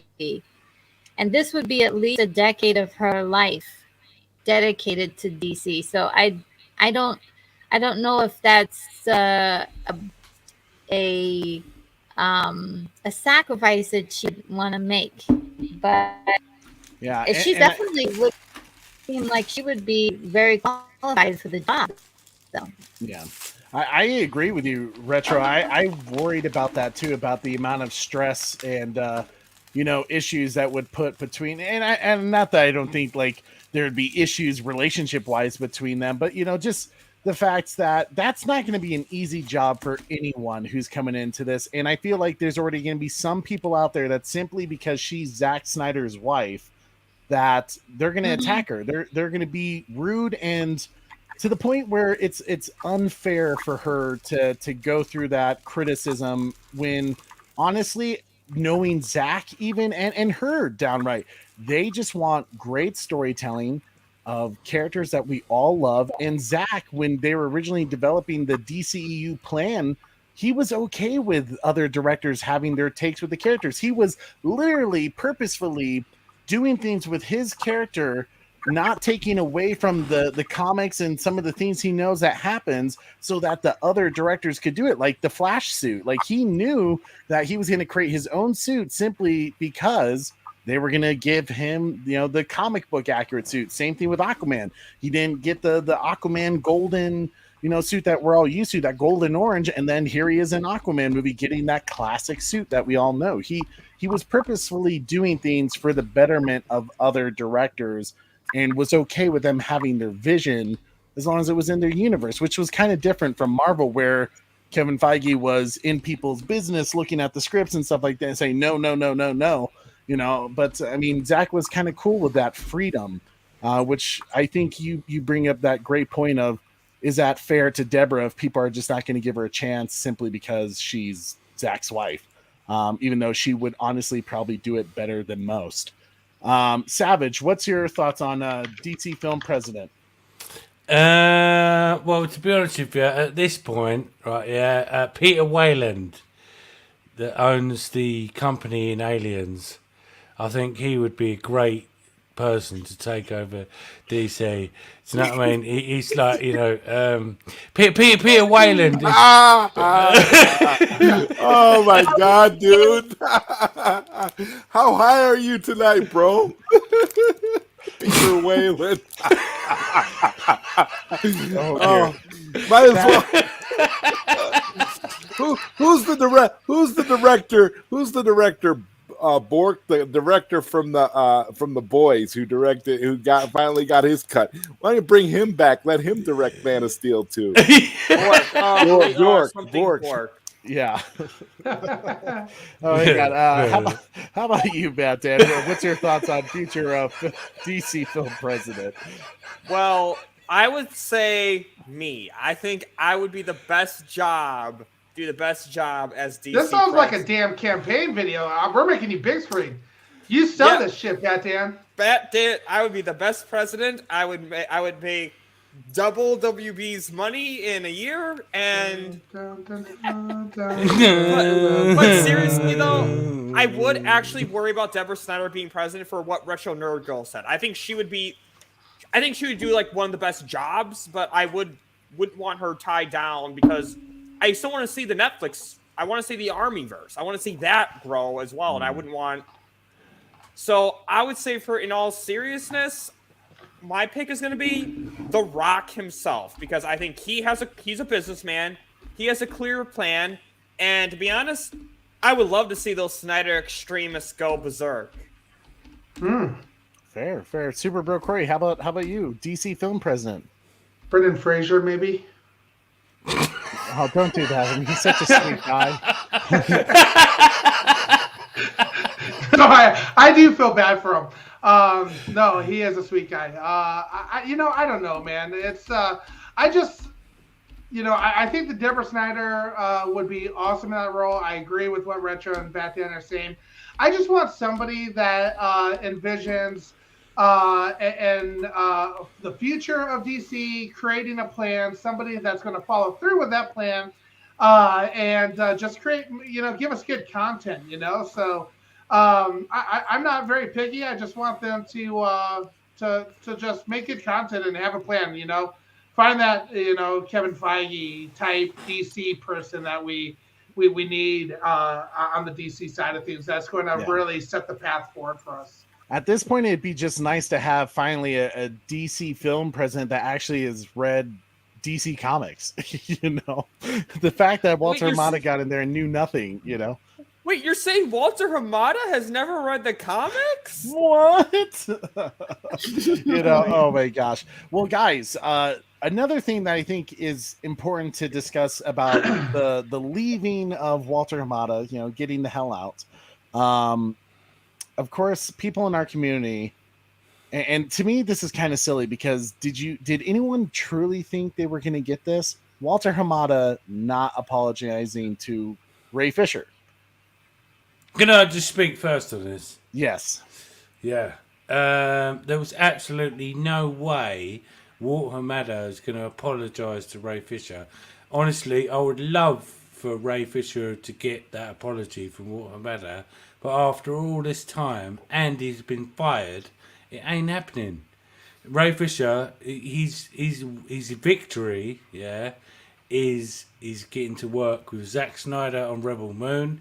He's going to come back for Zack Snyder's Justice League 2. What better revenge than for Ray Fisher to be on the forefront of these movies and for Walter Hamada to be fucking fired and forgotten about?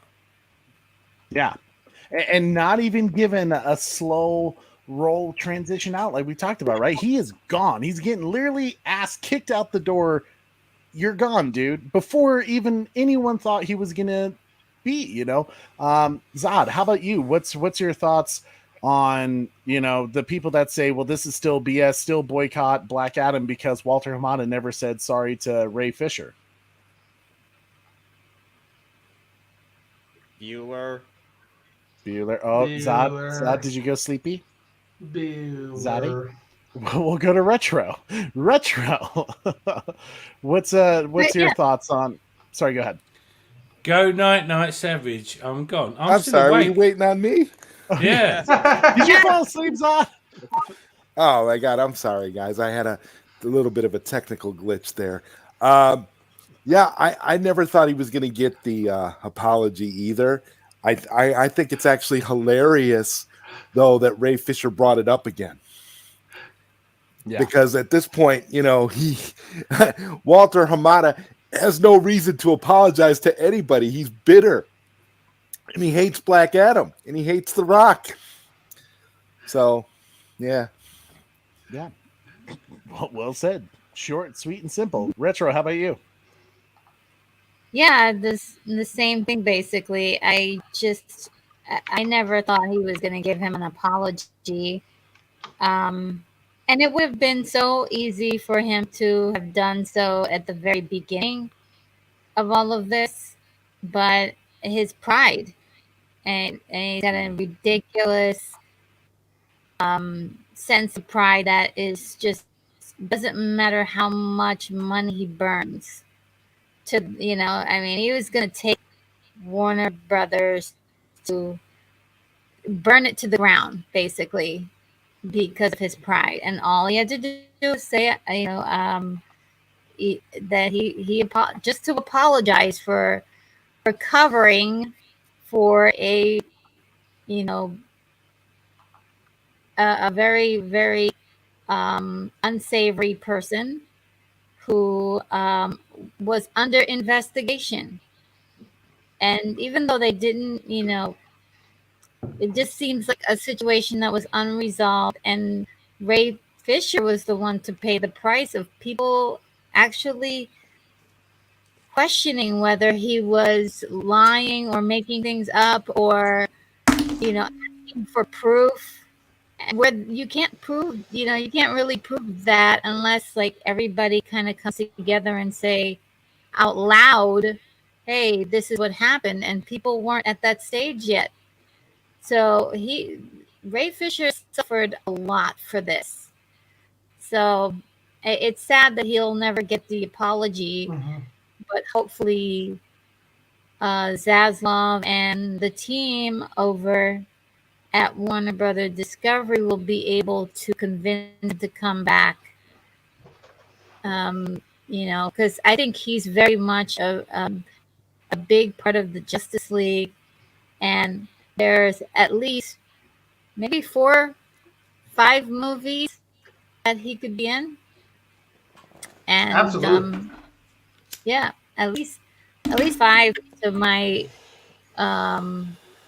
creative mind can think of at this moment. So, or more, and also cameos in other movies. So, what a waste to basically set all of the DCEU on fire and get rid of all the characters, get rid of all the actors, and just start over and not even have a plan of where you're going, that somebody can just say, hey, well, I just want to start my little universe over here. Well, go ahead, here's like $200 million.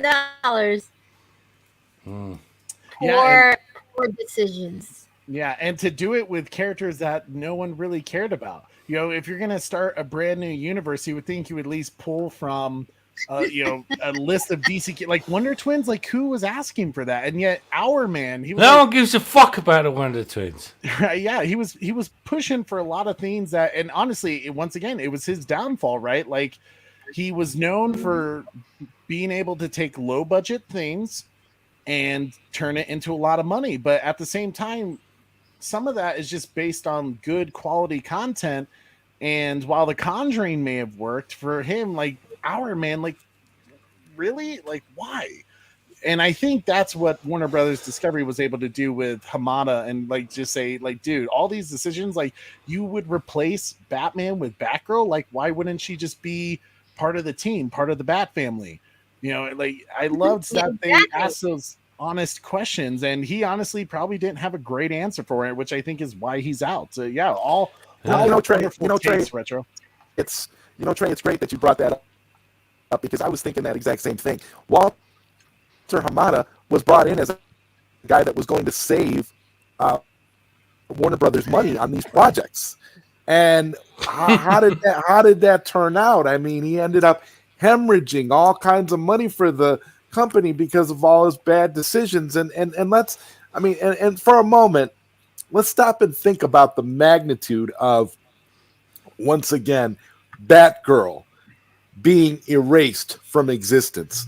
Let's just think about that for a moment. That's a movie that was filmed. That's a movie that they spent like $100 million on. I mean, you talk about throwing money away. I mean, how crappy did that movie have to be to the point where it couldn't even be retooled and used in the current? Because it was fucking DCU. Shit. That's why. I honestly imagine. Shit. Sorry, go ahead, Retro. Sorry. Well, I was thinking too, you know, what they're not saying, a lot of the reports aren't really telling us is that it was a really bad, you know, it looks bad. And we all saw the footage of it looking really terrible. Costume looks terrible. But at the same time, it was the storyline that was really the killer of the movie, because it was going to undo every single Justice League character, you know.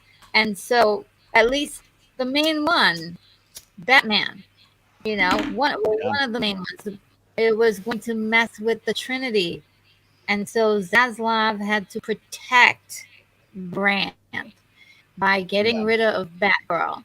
And it's sad, because I really would have loved to see Batgirl as a character, even a single movie, you know, her own movie, but not at the expense of Batman. It's not, it doesn't make any sense.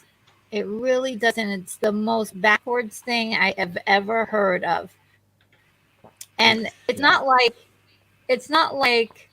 Ben Affleck is like, you know, 60 or 70, can't do the action anymore, doesn't want to act anymore, you know, is not available to act. He's right there waiting for, you know, to make it the movie that he was born to make, and he can't do it, you know, because they wanted to get him out so they can bring Batgirl to replace him. Makes no sense.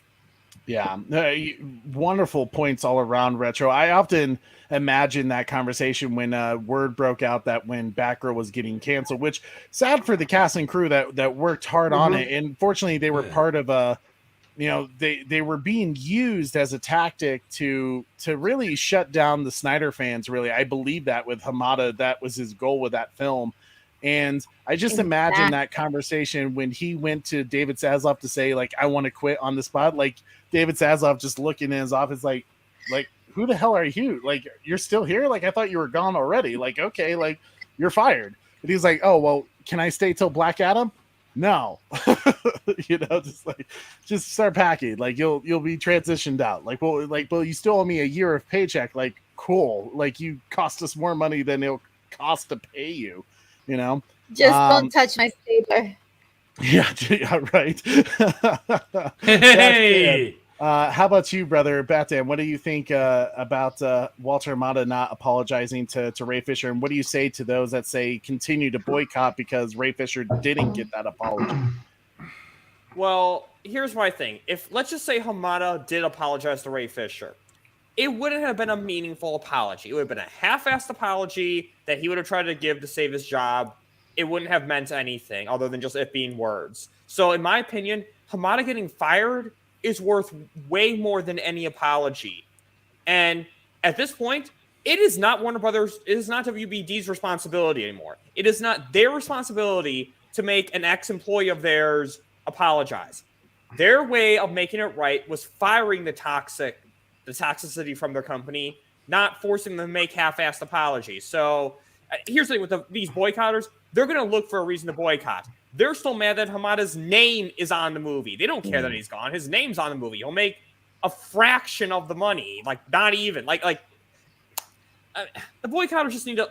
I'm just gonna say this: the boycotters just need to shut the fuck up already. Like, I just want to enjoy my movie and stop worrying about how every movie is controversial in some way. Here's the thing: if you're not gonna watch a movie because someone bad was involved in it. You think that DC movies are the only movies you should boycott? I'm pretty sure all the MCU, bye-bye. Toy Story has Joss Whedon as a writer. Gonna boycott Toy Story now? Or should Smallville get, should they refilm every single one of Allison Mack's scenes just to remove that controversy from their series? Yeah. I think, Dan, that sounds like a pretty good idea. Let's do some refilms of Smallville. But...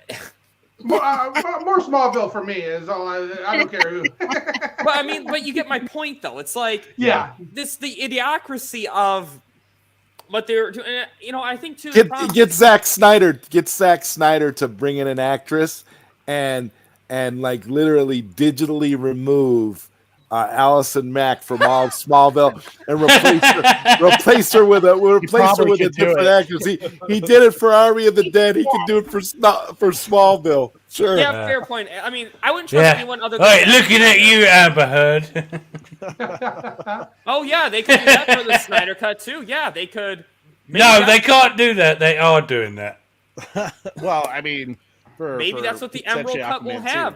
Amelia Clark as Mira. I don't know about that, but someone's getting replaced. Yeah.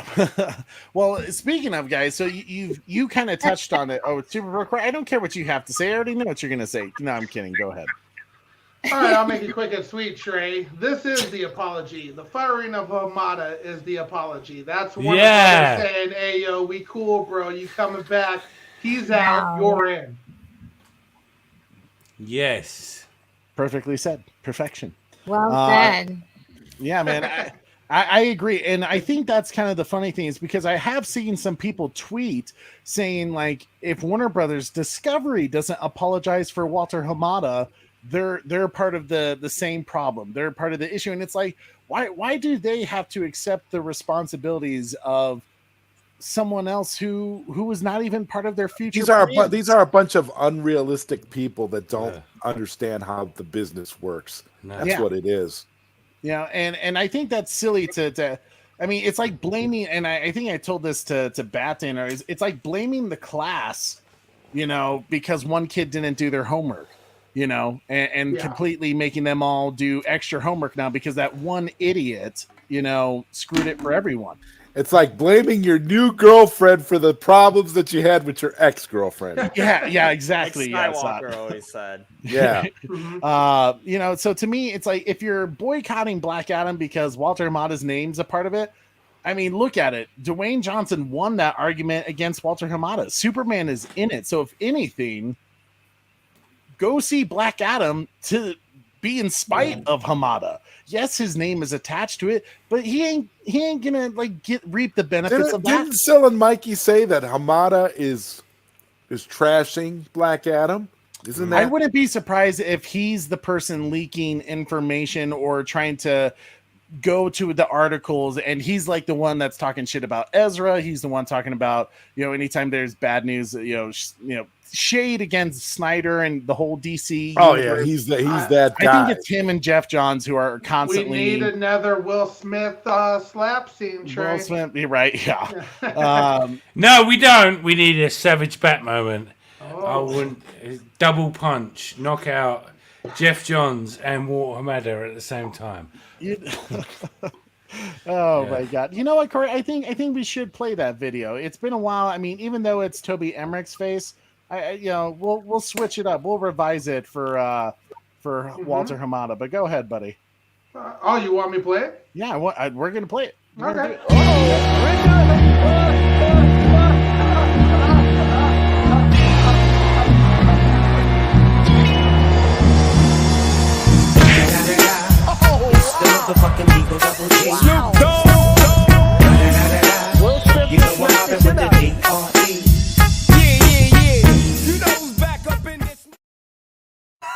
I love that.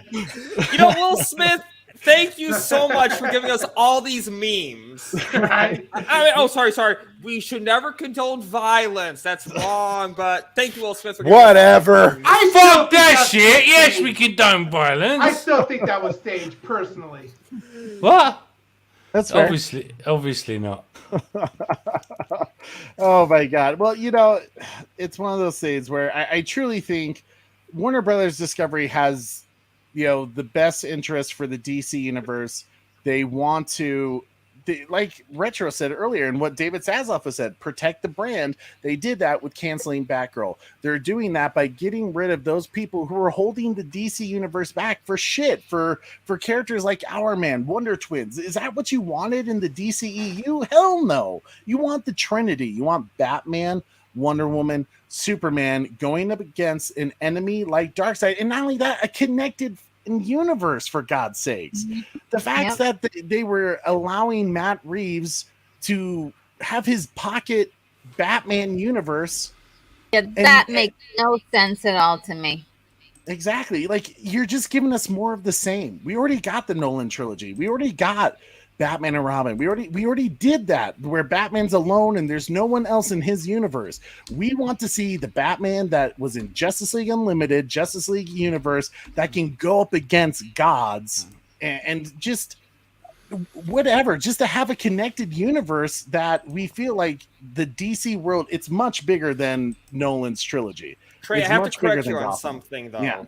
Superman is referenced in Batman and Robin, so Superman does exist in that universe. It was referenced as a joke, but yeah. Nah, True. You're not wrong. Yeah. So me personally, guys, this is long time coming. We knew Hamada was going to be gone. If you're part of Still Nation and you heard all the Mikeyverse scoops over at Geekosity, you knew this was coming. And honestly, they already referenced this, but today is the official day that Walter Hamada is just out of office. He's not here. Multi-poo. Right? Yeah, exactly. Got room for one more? What? Like, what do you mean, South Cali? Like, you want to join the panel real quick? If so, let us know. Let us know in the chat. Interesting. South Cali, my man. That's cool, dude. Yeah, it's always good seeing you, South Cali. Guys, Black Adam. As we kind of start getting close to wrapping up all of this, Black Adam. Do you think it will do well in the box office after those who aren't really like focused on all the breaking news and the scoopers out there, to when they finally see Henry Cavill at the end? Do you think people are going to go wild, and the word of mouth for Black Adam is go see it? Because right now everyone's saying negative reviews and $50 to $65 million opening domestically, and maybe another 100 million globally, which Dwayne Johnson tends to kill it globally. Do you see this being a box office hit that explodes past expectations? It's going to be a big hit. But I don't know. I don't think I don't think it's going to be one of those billion-dollar blockbusters, but I think it's gonna do well enough for Warner Brothers Discovery to be excited about it. Okay. How about I think. Oh yeah, I think that maybe it. I'm not sure, but I would say it may have a slow start and kind of like a sleeper hit, one of those things that kind of builds up. Because right now, with the critics coming at it so hard, a lot of people may listen to them and say, well, not worth the time or the energy to go to the theaters. I know that, if word of mouth gets out there that it's good and enough fans go to see this thing, maybe, just maybe, it at least like cut even a little bit above. Maybe we can, once it gets international, it can really do a lot more. I think internationally, as you said, Zod, is going to be a much better outcome for the box office.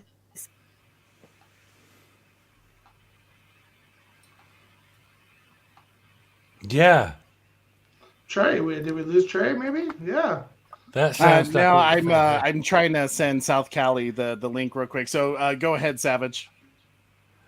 Well, Corey, I hope you've got my thing in the background. I tried.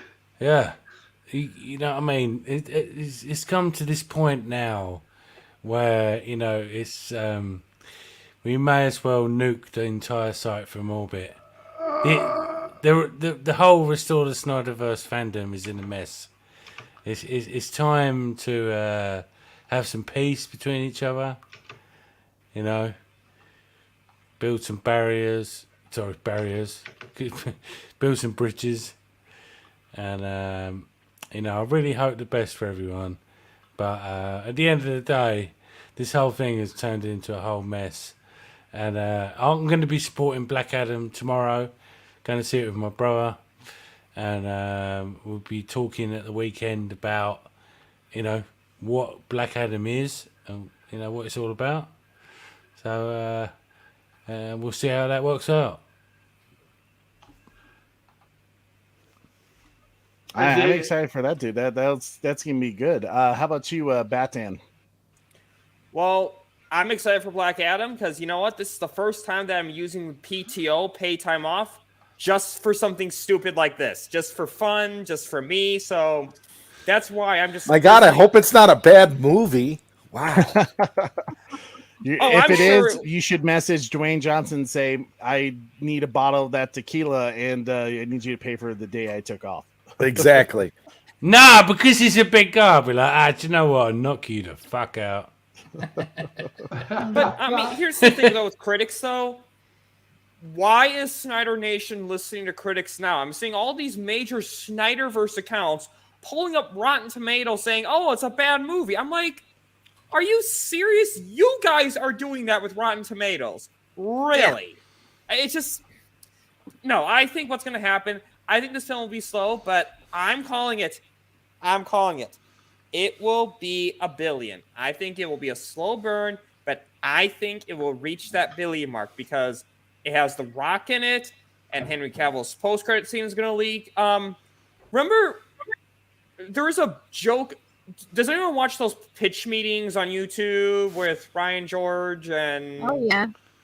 Remember that joke for the Red Notice pitch meeting? How they're like, just because a movie has Dwayne Johnson, Gal Gadot, Ryan Reynolds doesn't mean it will be a success. And they're like, of course it will be a success. Like that joke. Yeah. It's basically that's what I think it is. It's like Dwayne Johnson's in it. I mean, that alone, I think will definitely make this huge. And again, Henry Cavill being in this. And let's be honest here, the people who say they're going to boycott, they're not going to boycott. I mean, a few of them will, sure, but they're gonna watch it. And one thing I will say though, watching something illegally is not boycotting, it's stealing. So don't think you're playing some moral high ground like pirating it. Right. Yeah, I'm very against that. To me, you're not just hurting the studio in that, but you're hurting all the people that worked hard on that, all the cast and crew. You know, if you don't want to support it, don't watch it at all. But if you pirate it, then you're worse than people who boycott it. You know, And 100%. don't say that the actors got paid, so they're fine. Scarlett Johansson disproved that already. I still see people who use this argument that, oh, the actors got paid, they're not affected by this. Scarlett Johansson already told you otherwise.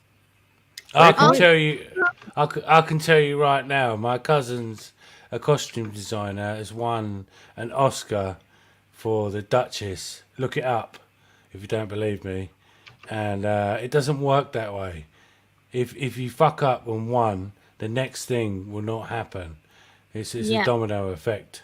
Yes, I was just gonna say that box office really matters, guys.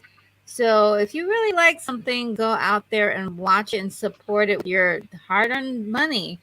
And because if they don't make enough money, the studios will get the hint that people don't want to see it, and they're not going to green light, part 2. We're not gonna get Superman sing his movie. We're not going to get a Superman movie if we can't get enough support for Black Adam. If it'll be a sign like, hey, maybe the fans really don't want Superman.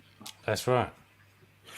Well, Maybe all they I really can say is critics didn't like BVS either, so Or Man of Steel. yeah. So I mean, this should be a good sign for us, because if critics don't like it, it means it's good.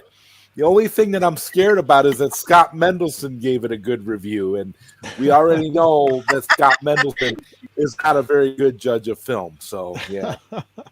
But Grace Randolph hated it, so that. Hey, in that case, it's gonna be a great freaking film. As soon as Rotten Tomatoes thought it was shit, I thought this is going to be good.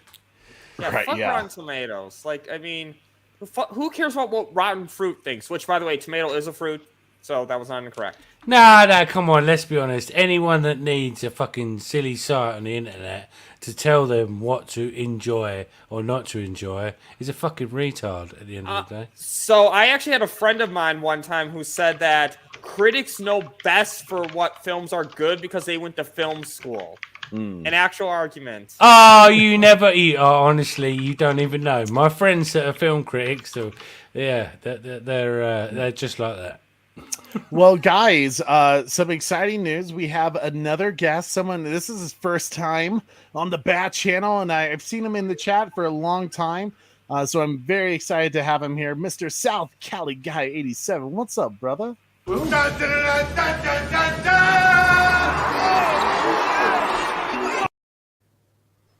South Cali guy, what's up, brother? What's up, bro? What's going on? Yo.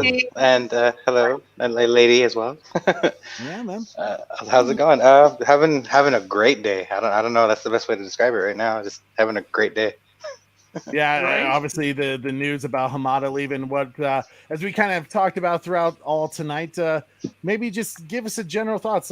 Hearing that news, what it mean to you, and where do you think this goes from here? To answer the first part, as far as where I think it goes, I mean, possibilities are endless right now at this point, plain and simple. There's no reason. I don't want to hear any anti-Zach. No, I don't care. There's no argument to be had there anymore because those people aren't in charge, period. So now that Hamada is officially gone, it's just anything is possible. Literally, anything is possible. Nothing is off the table. I mean, depending on how big they want to go with, Zaslav and The Rock, and if they decide to bring back Zach, hopefully, maybe, sure, maybe we'll see what happens. In regards to, overall, just I'm happy. I mean, this is probably the best news DC fans could have gotten in a very long time. So I'm glad. Absolutely. Yeah, I mean, it was just very, I mean, people did not believe Hamada had DC's best interests and made a lot of just silly business decisions, that it really made no sense to fund any amount of money into things like Wonder Twins. And I feel like kudos to David Zasloff and his team for recognizing that and not just accepting. You know, I was nervous when he said, I mean, David Zaslav had an interview where he was talking about, like, I'm going to take the time to kind of learn this business because this is something he hasn't really done before.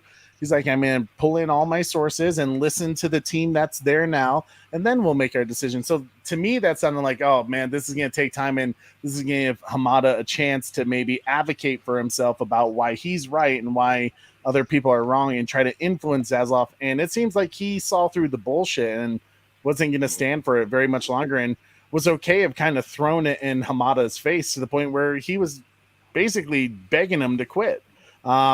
South Cali guy, what do you think about kind of the growing community with Black Adam, hearing that it took 6 years to get Superman, and also just the Snyder community? Kind of there's division about this Black Adam film. What's your thoughts on it?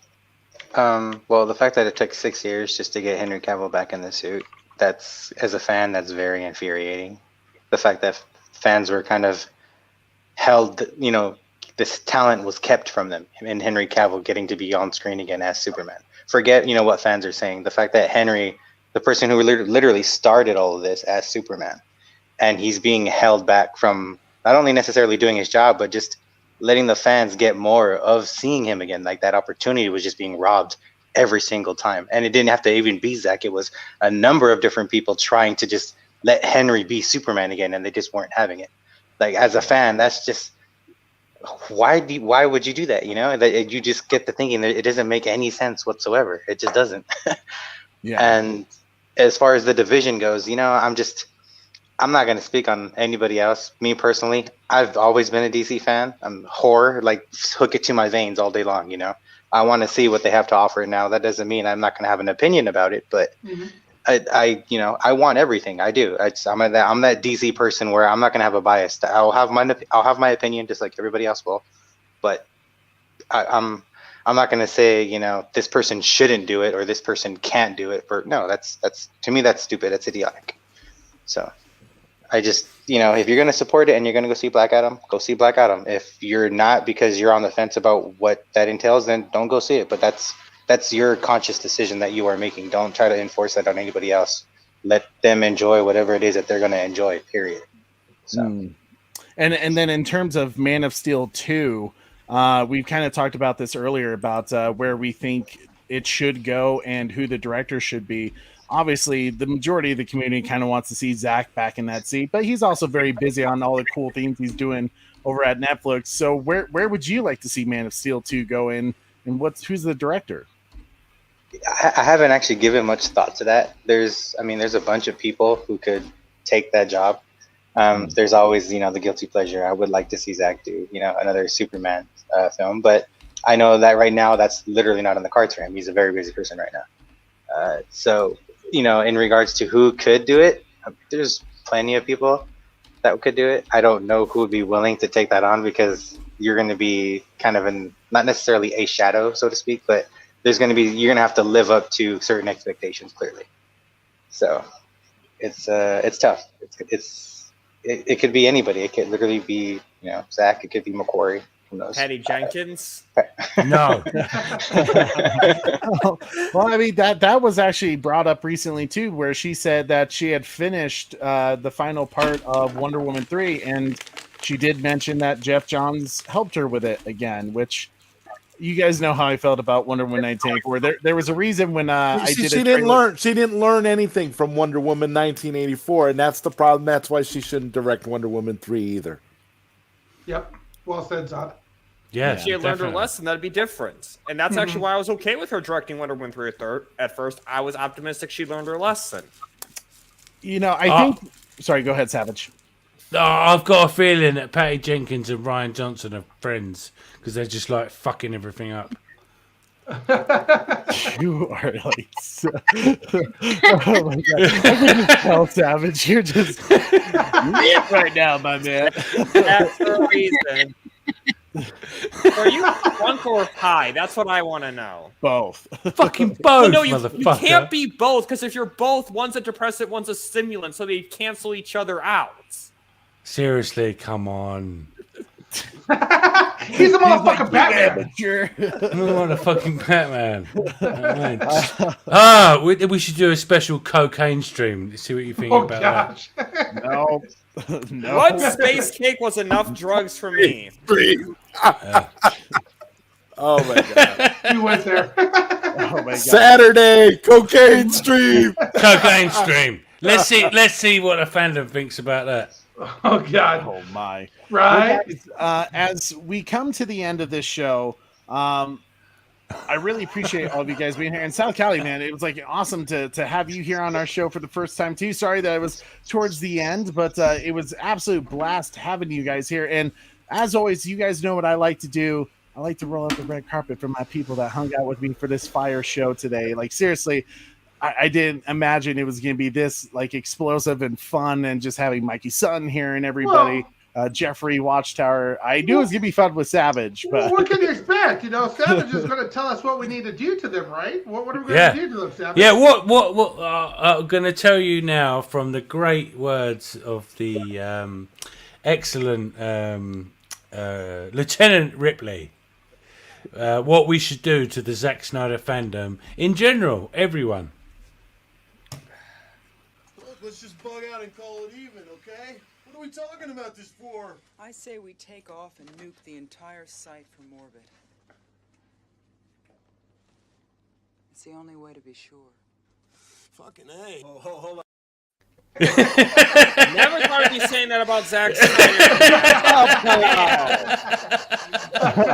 my god. Savage, you're so crazy, man. Zod Rider. What's that? I was saying Savage Bat. Yeah, savage by name, savage by nature. I said this recently. People was presuming that I was nice. I'm like, you know what I mean? Savage. I mean, there's a reason why his name is Savage. Okay? Yeah, the unfriendly neighborhood savage bat. Oh, I thought it was the sweetheart bat. The sweetheart bat, exactly. Yeah. Come on, people. Yes, they like the justice bat. Get with the fucking program. I don't He's not like savage.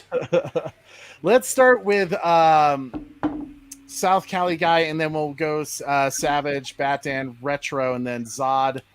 Tell us what you guys got coming up, and what you're excited for, or because South Cali, do you have a YouTube channel? He does. I think you just enjoy hanging out with all of us. That's all it is. Just a fan, man. Just a DC fan. I enjoy everybody's takes. I watch everybody. I support everybody. So as far as do I have anything? No. I have a channel, but I don't post anything on it. Okay. So I do have Twitter. I'm always on Twitter. You guys probably see me all the time on Twitter. But that's really it. As far as you guys, I mean, you guys keep doing what you guys do. I'm in support of it. You know, I love the banter. I love just hanging out with you guys. It's always fun. Just getting to chill, hang out, talk nerd. You know what it is. Yeah, appreciate you pulling up, South Cali guy. First time, man. This is awesome. Yeah, I tried. It was I had some free time, so I decided why not? I wasn't doing much. Nice. Much love, man. I really do appreciate that. And South Cali, man, you're always welcome, dude. It's good to see you. I've always noticed you in the chats when you're here, and I always appreciate when you show up, my man. So thank you so much for being here. Thank you, guys. And it's good to see you, my man. Savage, what you got going on, brother? Oh, you jumped to obviously, you know, as usual, trying to take over the world. But no, from here on out, just trying to be positive about the Zack Snyder fandom. Really want to stop this infighting between everyone. The fandom's been a bit of a mess lately, and it'd be nice if everyone come together and, you know, had some peace. You know, we're getting what we wanted, so all the people whining, please shut the fuck up. No, man, it's coming. Zack Snyder's going to be back. Just shut the fuck up. That's all I've got to say. Just shut the fuck up. That's Savage, brother. That's it. It's always good having you, man. And of course, you always do some shows on Saturday and Sunday. Is that still the plan this weekend? Oh yeah, we've got fucking Black Adam spoiler talk Saturday and Sunday. We'll be talking about certain members of the fandom using the Snyder Night name to boycott Black Adam and Henry Cavill. That wasn't us. by the way. Burn Just that wanna- Snyder Knights T-shirt if that's the case. Yeah, I'm burning that seriously. shit. Yeah, seriously, stop that shit. Don't use the Snyder Knights name with boycott because I'll come for you myself. Oh shit. Yeah. And, Say that and- again. I'll come for you myself. Yeah, I'll come for you myself. You got to do it in the Arnold Schwarzenegger voice. If you don't fucking stop with this fucking bullshit with the fucking, oh, I'm gonna boycott Black Adam, I'm gonna boycott Henry Cavill. What the fuck, man? Henry Cavill is like the leader of the whole SnyderVerse. He's like, Zack Snyder is like, my 5-movie arc is about Henry Cavill. It's fuck you, assholes. Fuck you. Have me some fun. I'm gonna have me some fun.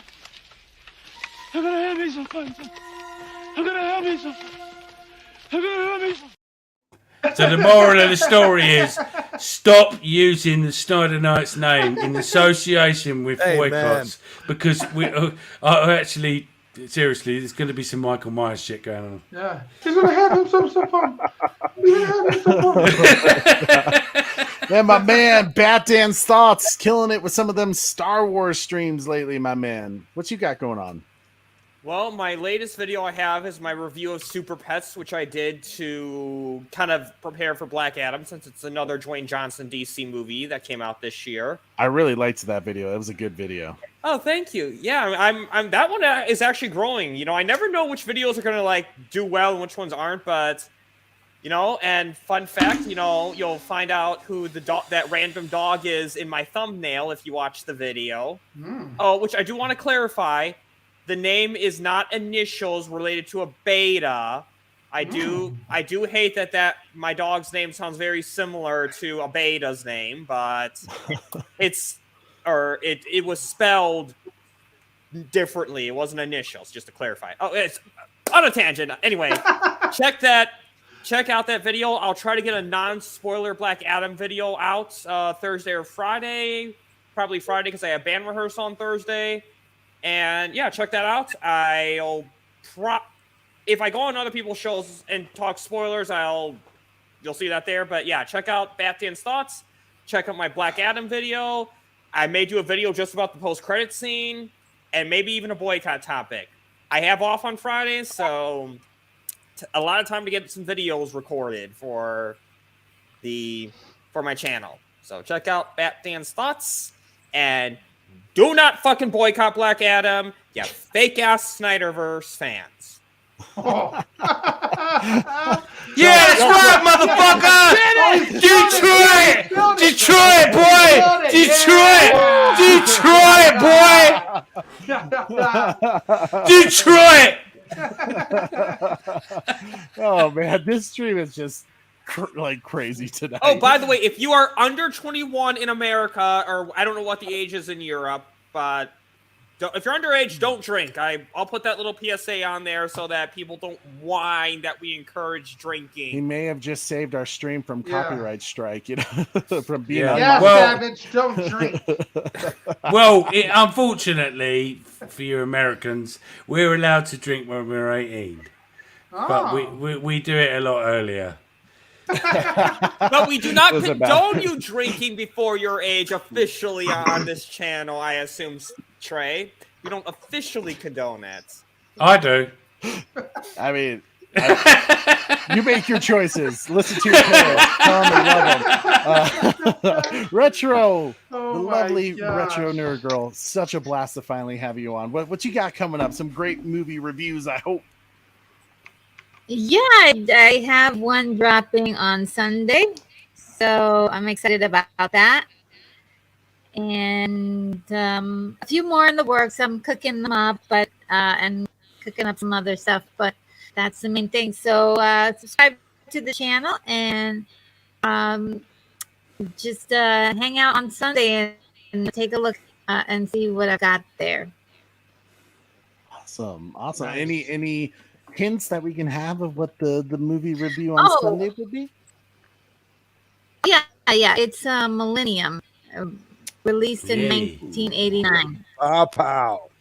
Man, all right. I can't wait for that. You know, I think it was Zod Rider's show, late night Q&A with Retro, that they were talking about. You know, we should all do a Millennium watch party. So yeah. it may need to happen one of these days. I'm up for that. Yes, let's definitely do that. That'd be great.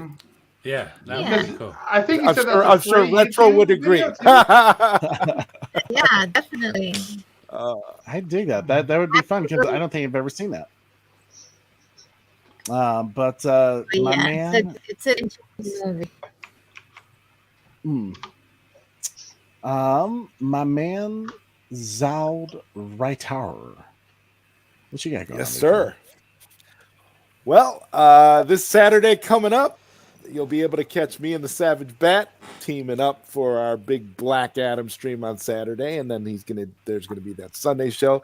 I'm not sure if I'm doing a late night Q&A this week or not. There was a person that I had lined up for possibly doing it tomorrow, but I haven't heard back from that person, so I'm not so sure if I'm gonna do a late night Q&A this week or not.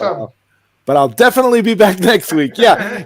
Texting works very well with certain people. Superboat Corey. So I'm very glad.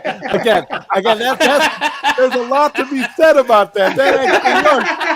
I swear to God, I'm like, my God, oh yeah, we're all friends. We just text each other. Okay, no problem. Oh man, I still haven't seen if whether or not Henry Cavill is going to be in Black Adam yet either. Geez, I'm staying away that I have. You know, he has the mustache on in that That's movie. great. You see him, he's wearing the mustache. Yeah, and this time rather than CGI, they just put one of those vanilla band-aids on it that matches his skin tone. That's and it says ouch, Well, guys, oh man, it has been an Trey, real quick. What's up? Integrity gave us off topic. Anyone that wants a cool scary movie for the Halloween season, check out Creep and Creep 2 on Netflix. 75-minute films, no gore, pretty original. No gore. Interesting. Will do. I'll have to check that out. I have not heard anything about these Creep films on Netflix, but we have Netflix, so we can check that out. Thank you, Integrity. And Integrity, before we end tonight's show, Round of Integrity, applause for Integrity. Yeah, my we need man. it. Give it to I us, need to hear it. Integrity. I need to hear the line. You know which line, Integrity? Well, I need to read it, not hear it, I guess. Unless if Corey wants to say sweet nothings to me, Maybe he's gonna say, Well, it is. But see if you can follow me here. It isn't. I don't know. Integrity, we need you, buddy. It isn't. Here we go. Pow! Zack Snyder's Justice League 2 is inevitable. Well, can I just give you a little bit of a fucking Savage Bat thing here? Sure, why not? Yeah, Sunday for the live crossover stream, Mikey Sutton will be revealing something very important.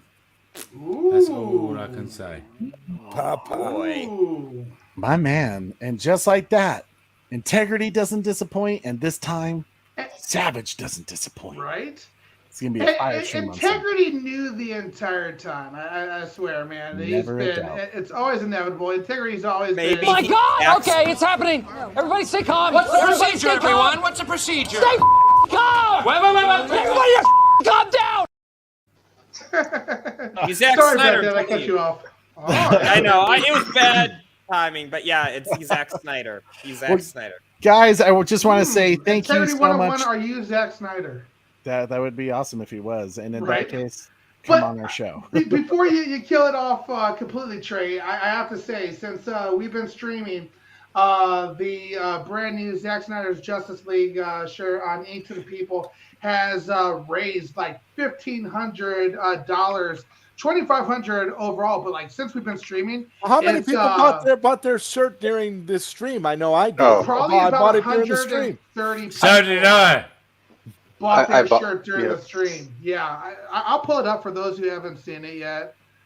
Yes, please do, because guys, Ink to the People, first off, They make amazing shirts, the Snyder Night shirts, the Make the Batfleck movie t-shirts, but of course they've done all the Release the Snyder Cut shirts, the Restore the SnyderVerse shirts, and all this money has been going to American Foundation for Suicide Prevention.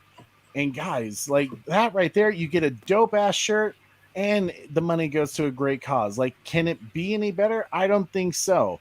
So, are you pulling up the link now, buddy? I posted the link. I'm trying to find. I have so many tabs open, Trey. I'm trying to find the. Oh, no, you're good, but I know. See, Super Bro Corey, he's been on tonight. Give Super Bro Corey a round of applause because he's been dealing with a lot of stuff. My Super man. Bro Corey is a fucking legend.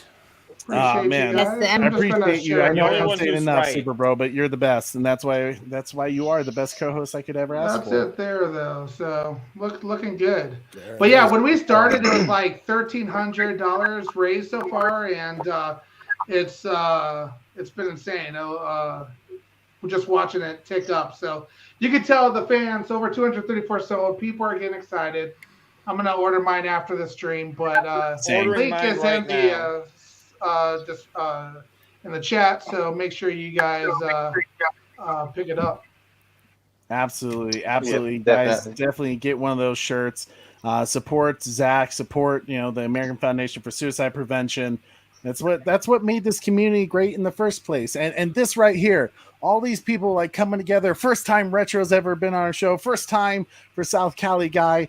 And I think, I mean, I may be wrong. I think it was maybe the first time Mikey Sun has been on our show. Maybe the second time. It's tough to tell because you've been on so many streams with Mikey Sun. It feels like he's been on before. Right. I can't remember. I think he was on a stream in the past with Sil or something like that. But yeah, I don't know anymore. It's just a blast, man. It's a blast. Got mine. Well, hey, it will happen. It will. I know this. To those who are about to die, we salute you. We salute you. Well, guys, thank you so much for hanging out with us today. I appreciate everyone in the chat. I think, oh gosh, Corey, help me remember all the people that did super chats today. My boy, Trevor H. Not this guy. Yeah, This stream was going so well. He took our and ran. Trevor H. Was it Bat Fanatic? Trevor H. for sure. I think Red Hooded Outlaw. Red Hooded Outlaw. Trevor H. and Red Hooded Outlaw for sure. So. Well, guys, thank you so much for supporting us as always. You guys chats. are the absolute best. My fellow Gotham Guardians and Arkham Adversaries, you guys are amazing. And thank you to everyone on the panel. Guys, if you have not subscribed to each and every one of these people, you need to. Or follow South Cali on Twitter. Either way, be a part of this community because these people are amazing. I appreciate them. Tonight was just fun. It was just crazy and fun. And great news for the SnyderVerse community. And, honestly, great news for the DC community, in all honesty, because great content is on the way. Black Adam comes out this Friday. Be able to be ready for our Andor show this Saturday and for our Black Adam review. We'll see if we do a non-spoiler and spoiler review, but we'll let you guys know. Be on the lookout for that. I am your host, as always, Trey, we'll just go down or to the side. Sod. Hello, son. Oh, pow! I just want to say thank you so much for having me on with you guys tonight. It's always a pleasure to hang out on the Bat Channel, and with all of these fine panelists, these great people, and I swear this is a great time. We should all be excited, and we should never let anybody take our joy away because we've been waiting for this for a long time and it's finally here and we finally get a chance to start seeing the positive results of this movement and all this stuff we've been fighting for. So thanks again, guys. Amen. Well, see now from Zod, we got to go to the final, with the amazing over way out far. Retro. Sorry for that. Okay. So I'll piggyback on that, and look, there are gonna be some people who will never think the way that we think, and they'll never see things the way we see them, and it's okay. They can believe those things. But we really should focus in on our wins, and we've had so many lately, and they've been awesome, and we have so much to look forward to. So let's hold on to that. Let's hold on to the positive that, you know, that we are going to get finally a connected universe for a DC franchise. It's going to be great, guys. Superman's back. Superman. Hell yeah. And then Savage, final thoughts, my man. Oh, come on. Everyone knows the SnyderVerse is coming, but I'm going to have to plug my little one in here. Is massive shout out to all the Iranian women fighting for their just basic human rights to just be a woman, and fuck all that oppression shit. And there we go. That's the Savage Bat's opinion on the world of politics right now. There he goes. Batman out. Just throwing his stamp on it. I love it. Bat Dan, final thoughts. Just enjoy Black Adam. Stop worrying about how every movie is somehow controversial in some way. I just want to enjoy. We're getting the SnyderVerse, people. We're getting Zack back, and we may not like every decision WBD makes. I'll be honest. Some stuff Mikey's saying I'm a little concerned about. But you know what? I'm not going to let that overtake my joy that we are getting the SnyderVerse back. Zack will complete his arc. And to the people who think boycotting Black Adam is going to do good, it's not. Stop being an asshole and enjoy Black Adam. And as I say on my channel, have a bat-tastic day. Bat-tastic day. It's an every day is a bat-tastic day. South Cali guy, final thoughts, my man. Oh, well, first of all, thank you guys for having me on. I appreciate it. Popped my cherry tonight, so awesome. Always fun when that happens. But yeah, just you know, I'm gonna go see Black Adam this Saturday. I'm a DC fan. I'm always gonna be in support of DC, even if I'm not in support of the people behind it. But luckily, that's not a problem anymore. So, whatever DC has to offer going forward, I'm all for it. Just, you know, make it good, please. Make sure there's quality involved. But yeah, thank you guys. I appreciate it. Well said, man. This is a damn good time. Just a damn good time with a damn good panel. Amen, indeed. Oh, one more thing, actually. I don't know if you guys noticed, but the shirts that everyone's like trying to buy right now. Yeah. If you flip the image upside down, yay or nay, does it look like a boom tube coming to get Earth? Yes or no? Just on your own time. Just take a look at it. Yeah, it does. Yes or no? Yeah, it does. We'll bring that up on the next show. We'll just go ahead and start the show. Just outside. I'm high. Just don't. It's tough. I'm high. Don't worry about it. Yeah. You and I'm definitely the highest here. I mean, if we're talking about altitude here, Denver, Mile High City, Well, guys, thank you so much for hanging out with us. I really do appreciate it. I am your host, Trey, with Super Bro Corey. And don't forget to tune in weekly. Same bat time. Same bat channel. Pow! That's all you need, folks. Motherfucking Batman. Ooh, bye-bye. I'll go fuck yourself.